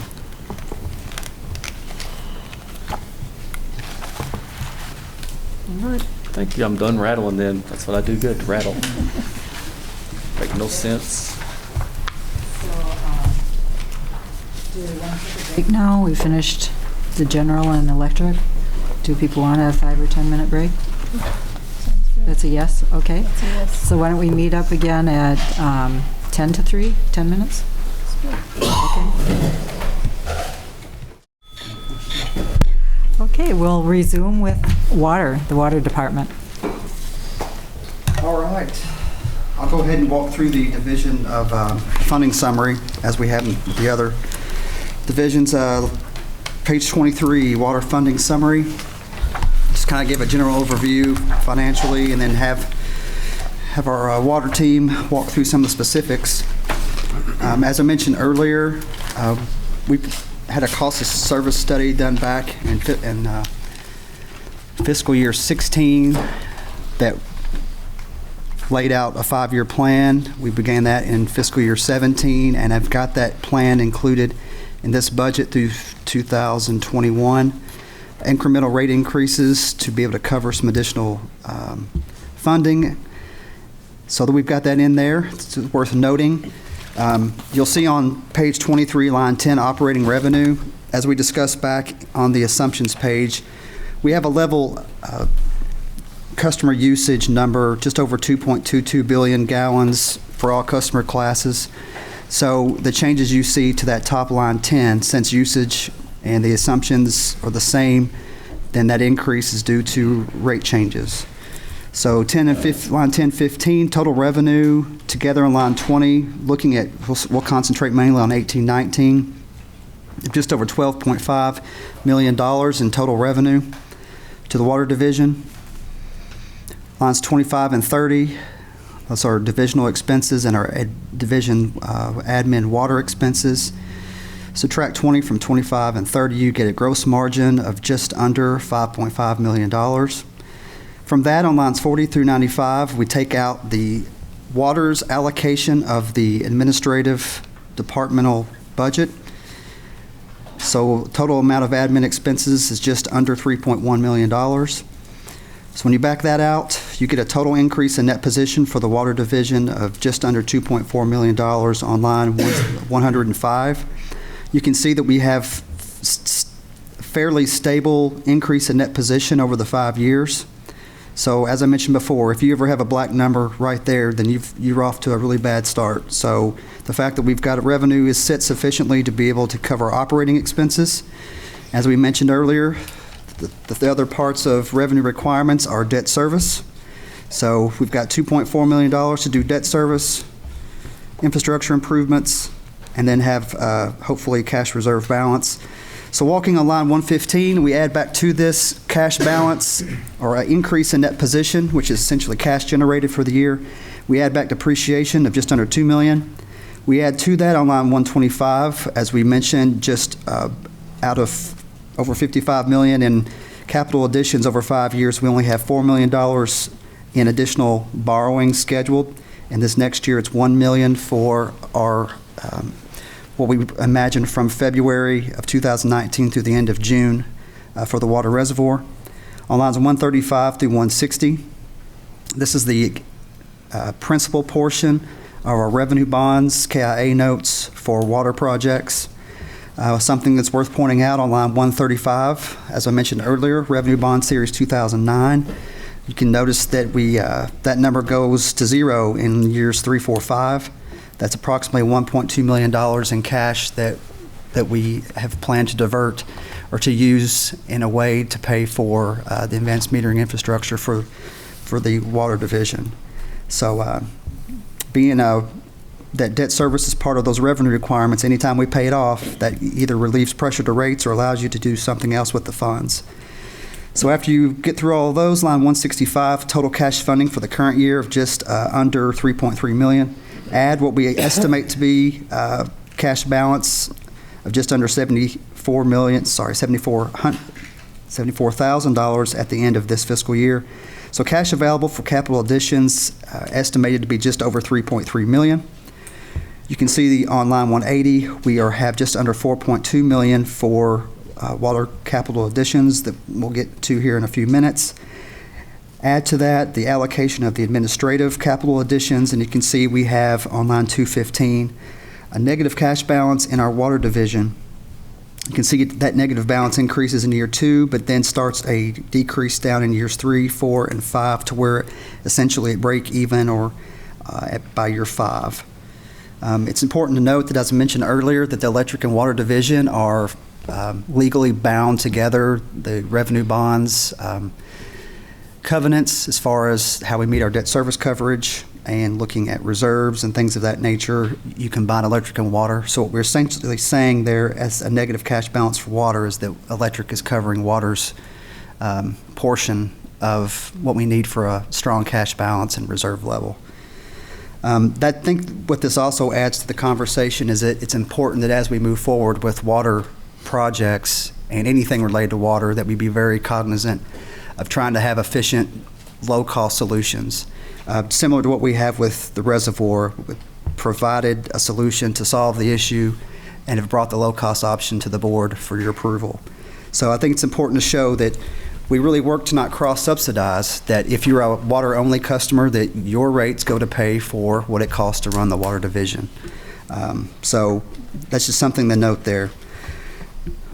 On this page again, looking at majority of the long-term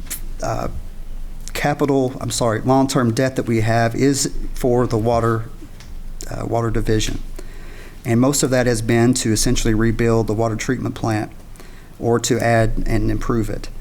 So on lines 220 through 260 are the different amounts by year that we must keep per bond covenant. And you can see there on lines 220, 225, as we pay off the Series 9 bonds, those monies are no longer required to be held. So that's money that just reverts back to an unrestricted situation, reduces your estimated minimum and recommended minimum amount of cash reserves needed. In theory, if you had no debt and you had no restricted cash requirements, then you'd be simply at your 120 days cash on hand for any unexpected things and to keep your bond rating. So that's a quick summary of where we're at from a high level, and I'll turn over now to the water group. We've got Julie Roney, who's our water treatment superintendent, David Billings, who's our chief electrical water engineer, and Alan Smith, who's our water distribution superintendent. And I'll just turn it over to you all. We thought we'd start out and talk about a few specific water capital projects. So if you turn to page 20, I have a few lines I would like to talk about, as well as Julie Ann Allen. Is this mic on?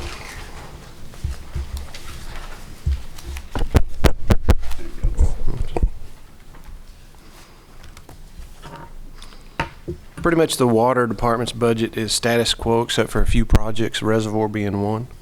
A few of the specific things we wanted to point out is line 790. That is our portion of the Tiger Grant project you've been reading about in the paper. What is not represented in the budget in this version of it is the city's portion of it, but in the final revision of the budget, we will have the city's portion as well as our portion included in the budget. Line 815, that is new piping up at the reservoir. That's just the piping surrounding the reservoir, does not include the reservoir itself. Line 830, that's the $4 million reservoir project itself. And line 850, that is water department's AMI portion of the project. One question. Yes, sir. On that grant, do we get any of the grant money, or is that coming from our? We're getting some of the grant. Okay. The application that was sent in and approved had the city's portion at $150,000 and had our portion at $175,000. So that $175,000 represents our portion. So we're not spending that money out of our budget, it's coming from the grant. 175 is coming from our budget and 150 according to the application. Now there is a little difference between the letter that was signed by the previous general manager and the numbers that were in the application. The letter signed by the previous general manager said there would be a 70-30 split, but that didn't match the numbers in the application. So I went with the numbers in the application for budget purposes. So we're paying out of the planning board funds some cost to this project. Yes. Is the city paying any of the cost out of their coffers also? They're paying $150 out of the grant. No, I'm saying, are they utilizing any of their monies outside of the federal grant money? There had, as I understand it, of course we didn't fill out the application, but as I understand it, there had to be significant matching funds available. So we're doing the matching, with the matching requirement. And I assume they are matching as well. But to answer your specific question, I don't know exactly what the city is utilizing from their own coffers. Part of that also was the East Main project, and we separated that out of the AC and galvanized program. It is line.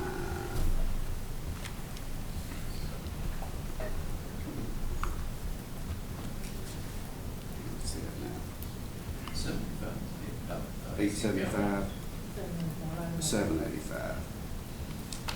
Yeah, there's the AC galvanized program. We reduced that number because we separated out. We've got an East Main replacement. We're going to replace the water line on East Main.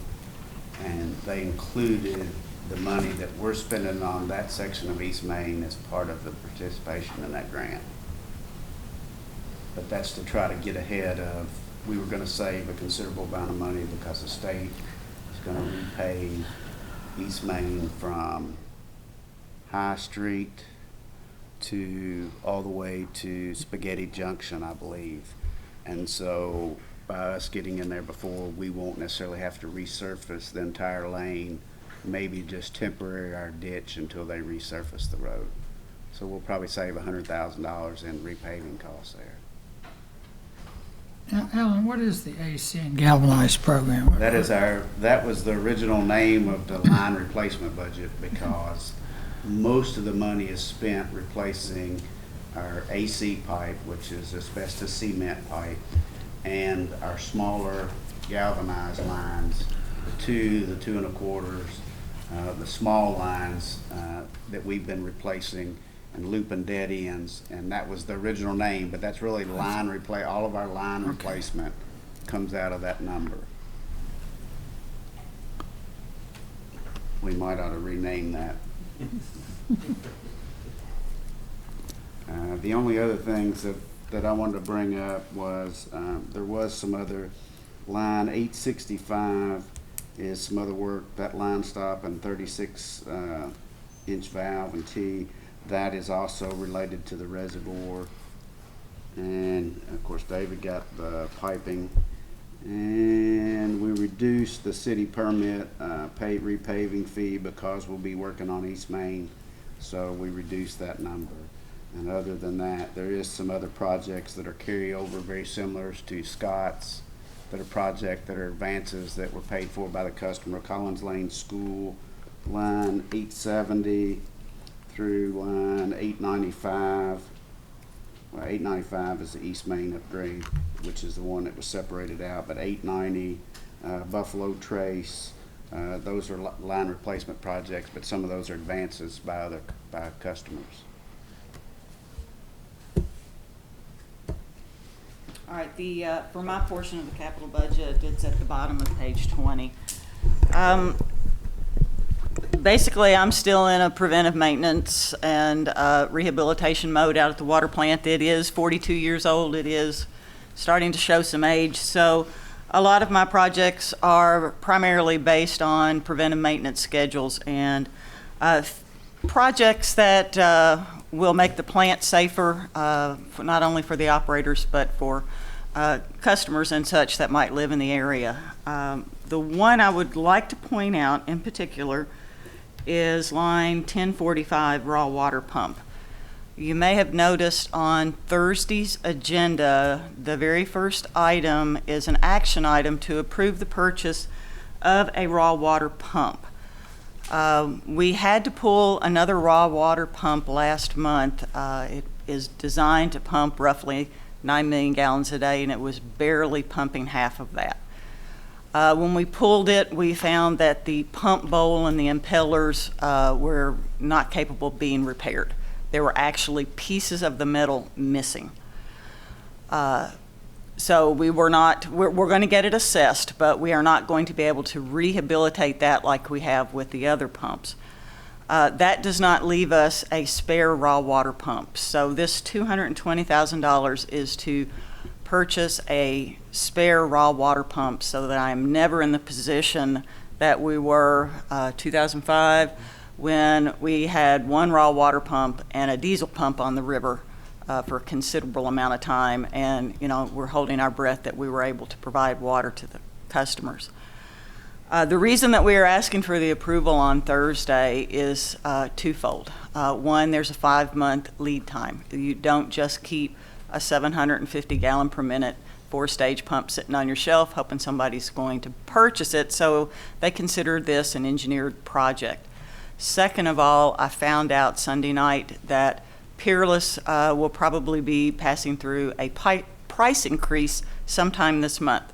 So if I can get this approved now, I can get locked into the lower price on the pump or not as much of an increase on the pump. So that is why you see that action item on Thursday's board meeting. So I wanted to give you a little background on that. One question along that line. How old was the pump that failed? And it was original, 42 years. Oh, it was so one it's of the out of original warranty. pumps. Oh, it's been rebuilt several. It has been rebuilt, and I was told by Peerless that even if we could have repaired it with the missing pieces of metal, it would not have lasted very many years, and we would have had to have purchased a new one anyway. Okay. So I would rather not take that chance of rebuilding it and having it fail tomorrow. I agree. I think 42 is a good life. 42 is a good life. Yes, it is. Let's Yes, get a it is. new one. I think, yeah. If you lived through that back in 2005, I would agree. Other than that, the other project that in the future that we'll be looking at is probably the ammonia hydroxide, trying to move away from gas ammonia out at the water treatment plant to a safer chemical process. So that'll be something we're kind of looking forward to. So that's just something in the future that we are already starting to do a little investigation with. Other than that, that's all I have on the capital. One thing that I thought about more after our event for the Frankfort on Tap was we talked a little bit about the biggest expense for processing water is energy. And one possibility might be to put solar panels at the water treatment plant. we have such large motors. Mhm. I have 1, 2, 3, 6 400 horsepower motors. 4 of those are running at any given time. I'm not an electrician. I can't tell you what the kilowatts that they pull. Each one of those about 300 kV. 300 kW. So we're talking about a considerable amount of reliable power that I have to have out there. The other issue is it may appear that we have a lot of free space out there where there's no buildings. What you don't see is what's underground. The entire yard out in front of the water treatment plant, filter building, both up against the filter building and going down the hill, has got a raw water line, treated water line, all of our sludge collection and backwash lines, electrical lines. So there's a lot of buried infrastructure there. So I don't know if we've got space out there really to do that. Also, that water treatment plant was specifically designed for expansion. So say we do get the interest of an automotive industry or a water-intensive industry, we wouldn't have that space to expand. Okay. So Good points. it might be something we can look into, but I don't think it would be enough to offset the power costs. Okay. Do you know how many acres we have that's part of the treatment plant, or would that be something to consider? 60 or 70, Okay.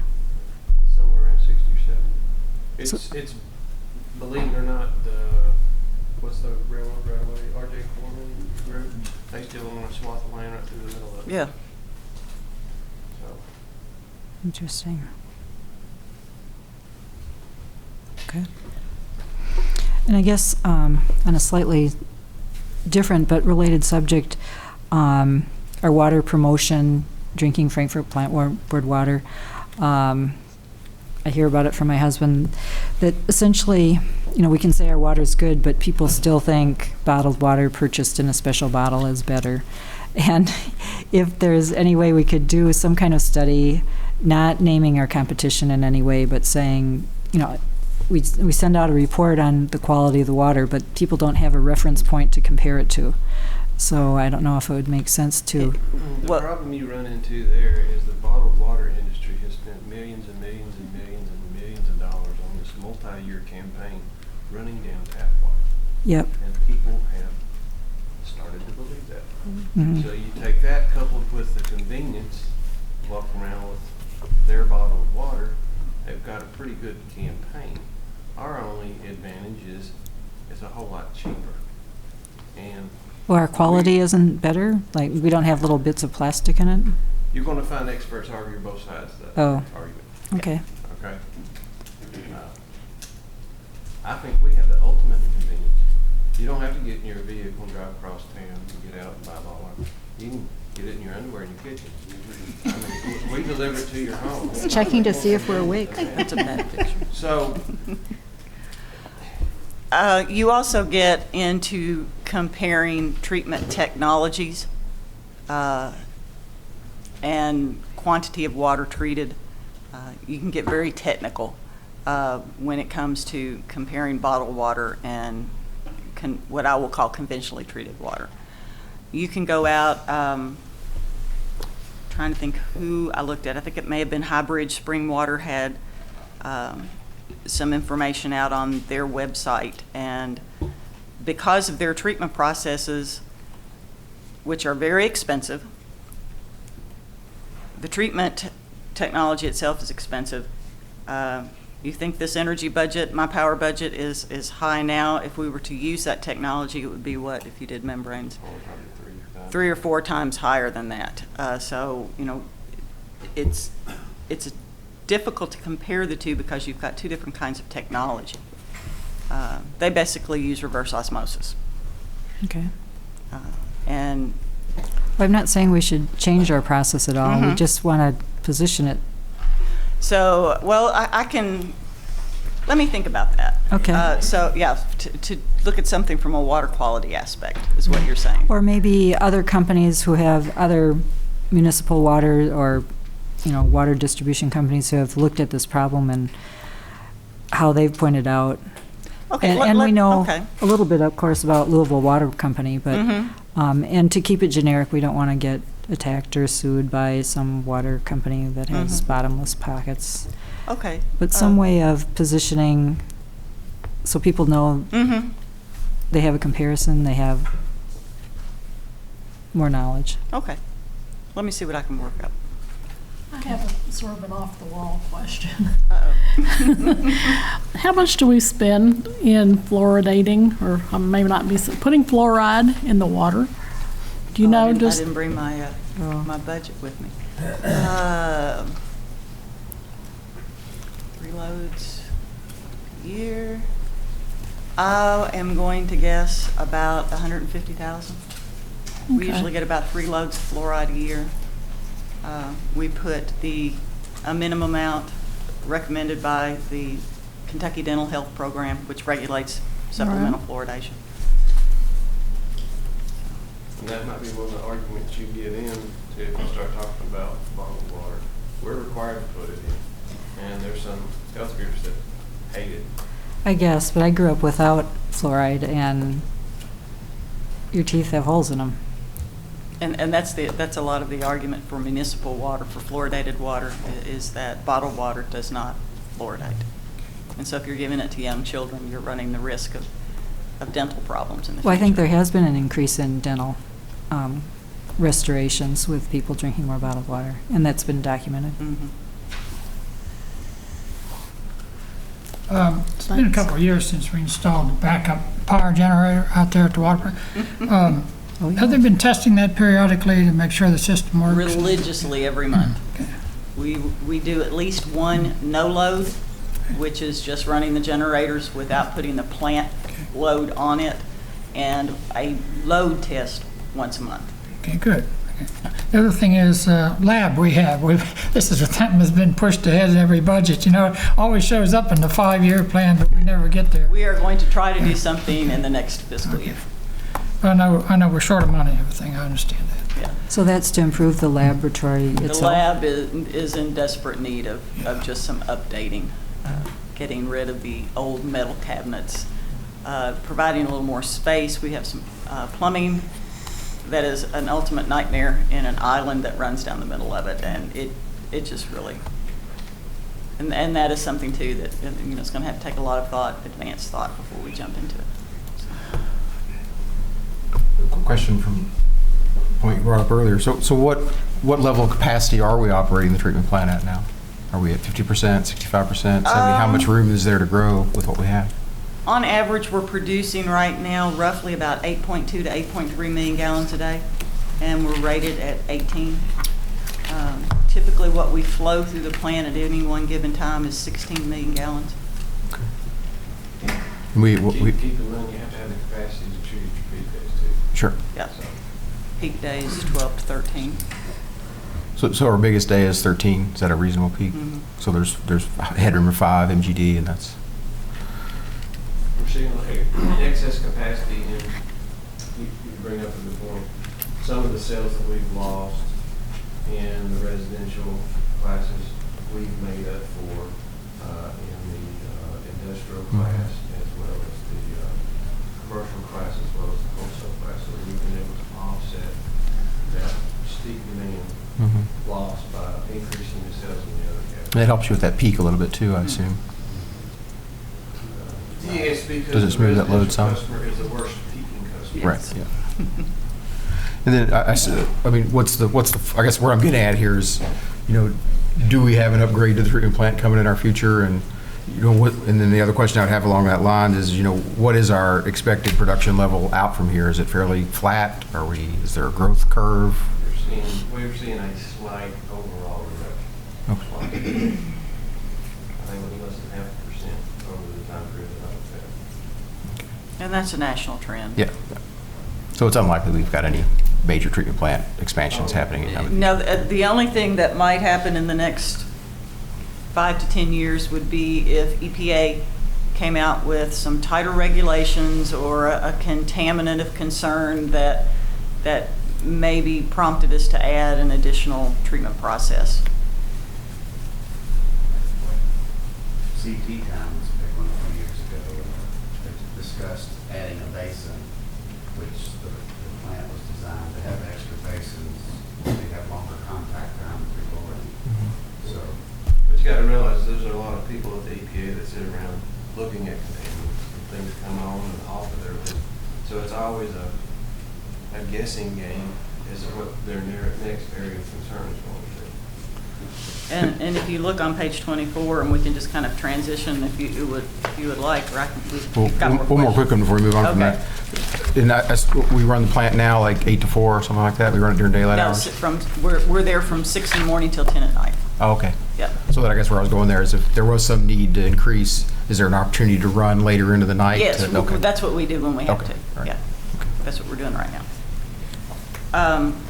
Speaking of contaminants of concern, on page 24, line 85, that's my treatment lab. That's all of the expenses related to conducting compliance testing, maintaining and stocking the lab, the operator lab. If you notice, fiscal year 1920, there's a big jump in that cost. The reason for that is something that EPA calls unregulated contaminant monitoring. This is the 4th unregulated contaminant monitoring rule, and that's EPA's way of assessing water systems to see if there are any of these contaminants that kind of show up on the radar. And this happens every 4 years. We're slated for testing in 19 and 20.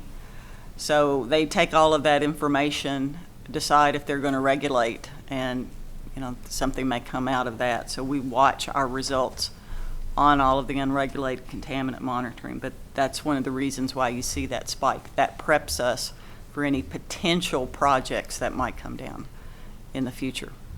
So every 4 years doesn't correlate to a presidential election? No, it actually started, I believe, with the 1996 amendments of the Safe Drinking Water Act. Okay. And so it just kind of started off with that. It may look like it falls with the presidential election, but it actually was, I believe, started with the 1996 Safe Drinking Water Act amendments. Okay. The other two lines that I wanted to point out in particular that you might notice have some changes going across the 5 years in this budget. One that I always get asked about is line 70, pumping maintenance. Pumping maintenance, I'm holding at the 157K across the board. That doesn't really correlate real well with what you see for the fiscal year 18 estimated. That's because you do not see $84,000 that's going to hit that line in May. We have a pump rotation schedule for taking pumps out of service and rehabbing them, and I have pumps coming out every year for the next 5 years. So that's why that budget is up. The other one that I wanted to mention is my maintenance budget, line 90. It's actually up a little bit for the next couple of years. That is because Alan had in his budget money for cleaning out the lagoons at the water treatment plant. Well, that does not belong in his budget. He does not have anything to do with those lagoons. Those are mine. So we're simply doing better budget allocation. They are now in my budget. They are not in Alan's. And so that's why that number is up. Is that the deal with the ferric chloride? No, those are the lagoons. There's 7 lagoons close to the river that all of the residual material that comes out of the river in the sedimentation basins, we put them in these lagoons. We take them out of service when we can. We let them dry. And then we basically dig the material out, and we have a spot on the property that we retain that on site. So, once those lagoons get full, we can't use them. And we need those lagoons to hold our backwash water and allow that to settle out before we can discharge, so. Okay, thank you. I had 2 lines I want to talk about on page 24. Line 45, those are the rate increases. They're not embedded in the rates. They're embedded in the first year rates, but they're not embedded in the following rates. So that's the additional revenue required compounded. That's where the rate increase hits. That's how we account for it. And on line 200, you might notice I have a $330,000 fee in there for consulting. That is a large diameter condition assessment update and an energy efficiency update study. So that's probably the biggest line item expense there. So the energy efficiency is of running the water lines, or? No, we look at every pump at the water treatment plant, every large pump in the distribution system. And when we did this 5 or 6, 7 years ago, however long ago, every pump gets a grade, A, B, C, or D. And they look at it based on how much you use that, and they compare that against a more efficient system that might be available. Mm-hmm. And they determine, one, how efficient you are running, and number two, is there a possible scenario where you could make improvements and have a payback for that? We did that several years ago. We replaced 2 pumps at Hahn. And we added to it, took one out and added 2 smaller pumps on VFDs. And we did 2 at Genesco. Will we run them more? They're smaller, we run them more and alternate them than we did the larger pumps. So it's basically a look at how you're running your individual pumps, comparing it to best management practices, and determine whether or not there's a condition where you might have a project that will save you money in the long run. So it's an energy audit. Exactly. Okay. Exactly. But it's at the water treatment plant, and it's Mhm. also within the distribution system. Sounds good. Because that's our most intensive thing that we do. Mhm. If you can imagine carrying 5-gallon bucket of water from the river up to the reservoir several times a day. Several makes it very times. intensive. Right. I think Julie mentioned you have variable speed pumps and all that figured in. We do. We installed VFDs at the Low Service Building. I'm guessing that was back in 2006 or 7. We did that so we could flow pace the plant if we ever needed to. We got rid of a pump control valve that was eating up some energy, and we also put VFDs in at the High Service Building. There wasn't a pump control valve there, but it was a contingency plan in case we had a failure at the reservoir. But we do have the ability to vary flow at high service, low service, Hahn, and Genesco. Okay. They don't always pay themselves. Mhm. Sometimes they do. Yeah, we try Okay. to operate them at 7 at peak performance. It's kind of way we look at it. Whatever. We had one project with a 2-year payback. Genesco. The only other line that I wanted to make note, the distribution expenses are fairly flat. Line 110, that number was very large this year, and the main reason for that was for the lining project at the reservoir. That was an expense that isn't normally there, and as you see, years 2 through 5, it goes to 180, and that was why it was so big that one this year. Other than that, I think all our expenses stay flat.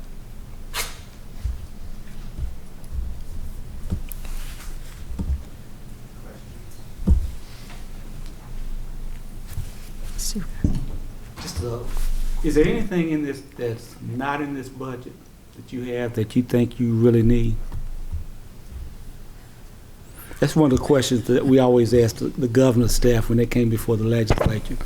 One of the squirming questions. We've been trimming for 5 years. Yes. We have a self-imposed competitive ceiling rate. And we're trying to keep our rates competitive. And that primarily is why it's very important that we make very good decisions with our capital spending going forward.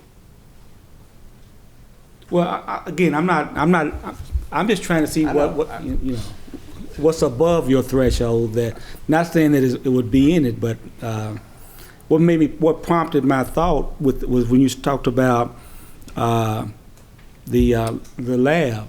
You know, it sounded like that was could be a real critical area that you're not addressing because of your rationale. It's still, it's still functional, but it needs work, You mentioned that on our original tour. Mm-hmm. Basically, Mr. Mason, if we cut, it usually ends up coming back to look at our capital budget, and that we don't do a line replacement project somewhere, or we don't do an upgrade somewhere. And I think you pay for that somewhere down the road. If you're not reinvesting in your system, then, you know, when I first started here, we worked a ton of overtime fixing leaks. We don't do that. We don't work every weekend anymore and every night. And we have, you know, spells where we had like the cold spell that you got, and those are going to happen. But we've tried to address a lot of those problem areas and issues. Like I talked about, most of our leaks are on the smaller lines, like we had last month. And those are the areas that we're trying to focus our replacement projects on. And we don't have near the problem that we used to have. I think if I had that, of course, we all three are in the water department. If I had to try to answer your question, I think our budget is what we need. But we also have put it together with the understanding that if something comes up, we can come back and we can inform the group that this has come up. And nobody's going to be hitting us over the head with a baseball bat to do a budget amendment. So that's kind of the philosophy we've taken. Is we've asked for what we've needed. There's nothing in it that I'm aware of that's exorbitant. And it's really, But again, I'm not. Go ahead. I'm sorry. No, I'm just saying. I'm not asking because normally there is something else, and when you stay with the lab and I can imagine what with a failed lab or insufficient lab, what types of problems that could cause to the citizens of Frankfort. I just consider that something that would be critical. But I'm not saying that you need to fund it right now, but I'd be curious as to know what kind of cost that would be. We, right now, all of our main compliance testing is done by a commercial lab. We do have an in-house bacteriological lab that is state certified. That can be outsourced if necessary, should anything happen. It's just an old, outdated lab, and we need more room. I don't want to give the impression that it's not functional. It's functional. It's just 42 years old and looks like a 42-year-old lab. So we need to just improve it. I mean, we talked before. It's the type of thing. If you reworked things and did different processes, you would things would flow better. You could get better results and things you wouldn't have to retest sometimes, and a lot of issues like that it maybe wasn't set up the way you would necessarily do things today. Definitely not set up the way it needs to be. And I guess to pick up a little bit, I know we had problems with having enough personnel to cover the different levels of responsibilities and testing, and we're okay there. I'm happy to say that currently I am fully staffed with Class 4 operators. I guess if I could put something on a wish list, it would be that when we do have an opening, and I think Alan might agree with me on this one, that we would be able to find qualified individuals wanting to come into this field. I spent probably the first year as superintendent just trying to fill positions. And it's for the class that our plant is out there, I have to have the highest class of operator to run that plant. And basically we take them from another neighboring utility, and then that puts that one in a situation. Our salaries are competitive, but there are others around here that pay more, and I was talking to some individuals yesterday from other water systems who pay better than we do, but they're losing operators too. They're going to other positions or other companies, and so we really need to make sure that we are attracting good, qualified individuals who want to stay. And I think we kind of see that from time to time, that we might get them in here for a year or so and then they're jumping ship on us for some reason. Do they tend to migrate to bigger jurisdictions like police do, or is it to the bigger metropolitan area, pay more, or Did you see any? I guess I've been kind of lucky. I haven't really lost any that way. I know, Alan, you've lost a couple, and they've gone in all different directions. They've gone different directions, mainly because of the starting pay and the qualifications for advancing through the department. We did raise our starting pay. We moved it up one grade, but we spent a year doing interviews and basically not getting anybody to pass a drug test or that would pass our minimal qualifications for a starting position. And it wasn't until we raised the pay to the next grade that we actually started getting applicants. Now, it's still not what we used to get, but we're getting applicants, but there's still some problems with advancement when you look at going forward, passing the distribution test and being able to find qualified individuals that can advance through within the department that are going to have trouble, and we've had some leave because of that trouble.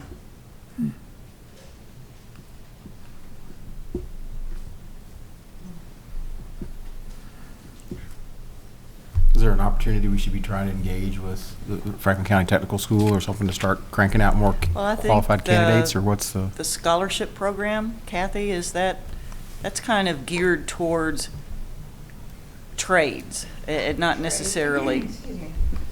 Trades. So we've. They're really focusing those scholarships on the students that are out at the career technical center. Mm-hmm. Frankfort High doesn't send as many students as the others, so we kind of had to be flexible with that school because they're on a different year-round schedule. Mm-hmm. So that's what those are for. And I know the state is looking at trying to come up with something like that. I'm part of a work group that's looking at how do we staff water systems when we're short operators, and how do we engage with high school kids and try to change the perception of our profession and try to get folks in. There's I don't want to call it a mentoring program, but all of the Frankfort high school kids as seniors have to do a project. And I've got a Kentucky State University professor just really encouraging me to get involved in that and trying to, bring someone in, almost like summer help, and get them interested in the career, because we have to catch them before they get too far down their career path. Although I'm one that changed mine. I mean, I never intended to end up in the water business, but I did. So. What about KSU's environmental sciences program? That's who I've been talking to several of those professors up there, and they've all come out and brought their classes, and that's about all. We can encourage it and make it as interesting as we can. But yeah, we're working it. And we do send all of our job openings to KSU and their career center so that they can, make those openings known.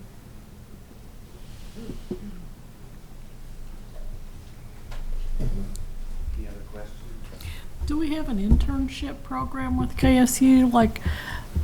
Because there used to be, back in the dark ages when I was there, that they had internship programs with different, with city and county government, and I thought maybe something like in the environmental sciences group, if we had an internship program that people would come here. I don't know. I mean, that's just off the top of my head. Yeah, I know that's something the Division of Water and the Division of Compliance Assistance at the state level we're looking at, trying to develop some type of internship guidelines, and it's just a matter of getting all these other organizations interested in it. We can do all the talking, but if KSU's not interested or the city's not interested,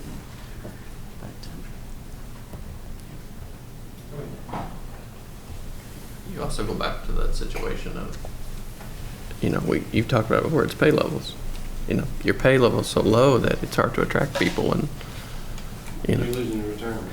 Yeah. Especially with your operators. I mean, a college degree is not required for some of those things, and you're looking at specific licenses, and so it's difficult to attract, folks with college degrees to those pay levels sometimes for those. So, especially in my case, I've got someone at the water treatment plant 7 days a week, 365 days out of the year, from 6 o'clock in the morning until 10 o'clock at night. And when you have a potential candidate come in and you tell them, I'm sorry, you're going to be working an alternating shift 7 days a week, 7 days out of the month, you're going to be working night shifts, and you're going to work every other weekend, either a Saturday or Sunday. They get up and walk out. That's right, that's a tough one. You know, so, you know, we need a pay level that attracts somebody enough to go, hey, 10 o'clock at night is not that bad, and I'm not working the midnight shift. So, hey, that's not so bad. And actually, my last 2 operators that I had came to us because it got them off midnight shift. But is it pay or is it the time? Because, you know, a young person, you know, 10 o'clock is getting into their time in some ways. With another person, that split the time up differently. I think people's work ethic's different than what we're used to. Oh, well. I mean, I'm not bashing on the younger generation, because I've got 2 kids myself, but, you know. Well, I understand. I agree with you. In a factory, which is how they would view the water treatment plant, working to 10 o'clock at night. But what about KCTCS? Do they have a program that trains students? I don't know. I've kind of gotten away from that. I know a couple of their schools had them at one time, and they never did seem to succeed. Wastewater at Lawrenceburg. Lawrenceburg. Sample wastewater, a small wastewater plant there that they tried to train waste. And it died after about 2 years. And there might be one in eastern Kentucky in Pikeville, the big sandy area right now. I think there's a pilot. It's all been looked at. We can develop the program. You've just got to attract the people. Always comes back to money, doesn't it? It's like everything. Ultimately, it comes back to money. And we've got to just, as I say, we've got to promote the profession. Mr. Mason, I'll try to come up with a project to add to the budget. I'm sure it won't be a problem. Let's put GAC out of its plant. Okay. I think that's it. Thank you. Thank you. So I guess we have a scheduling question here. We have a meeting at 5. It's 3:45. David, I think that it might be better to just start with cable telecom on Thursday, unless you have any. That's totally your thing. It's whatever you'd like to do. We can get going now, or we can just wait to do it Thursday. Okay. Did you have? You agree? Okay, board members, would you rather go to cable telecom as a package item starting on Thursday? Or Is that all we have left, cable telecom? In the administration departments. Okay, that's. I'd rather wait. okay, so we've got, I think, 2 waits and. I'm waiting. Okay, so we'll, I guess a motion to adjourn then, unless there's any other comments for right now. Nope, we'll just be back here at 1 o'clock on Thursday the 7th. We'll hit up the first agenda item with the request for the purchase of the new pump, and then we'll get right into the remaining sections. And then any other comments the board has as far as directing us on additions or anything else you would like to have at the 19th regular meeting. Okay, that sounds good. And then we have our meeting at 5 this evening. I move to adjourn. I'll second. Okay, we have a move and second. All in favor? Aye.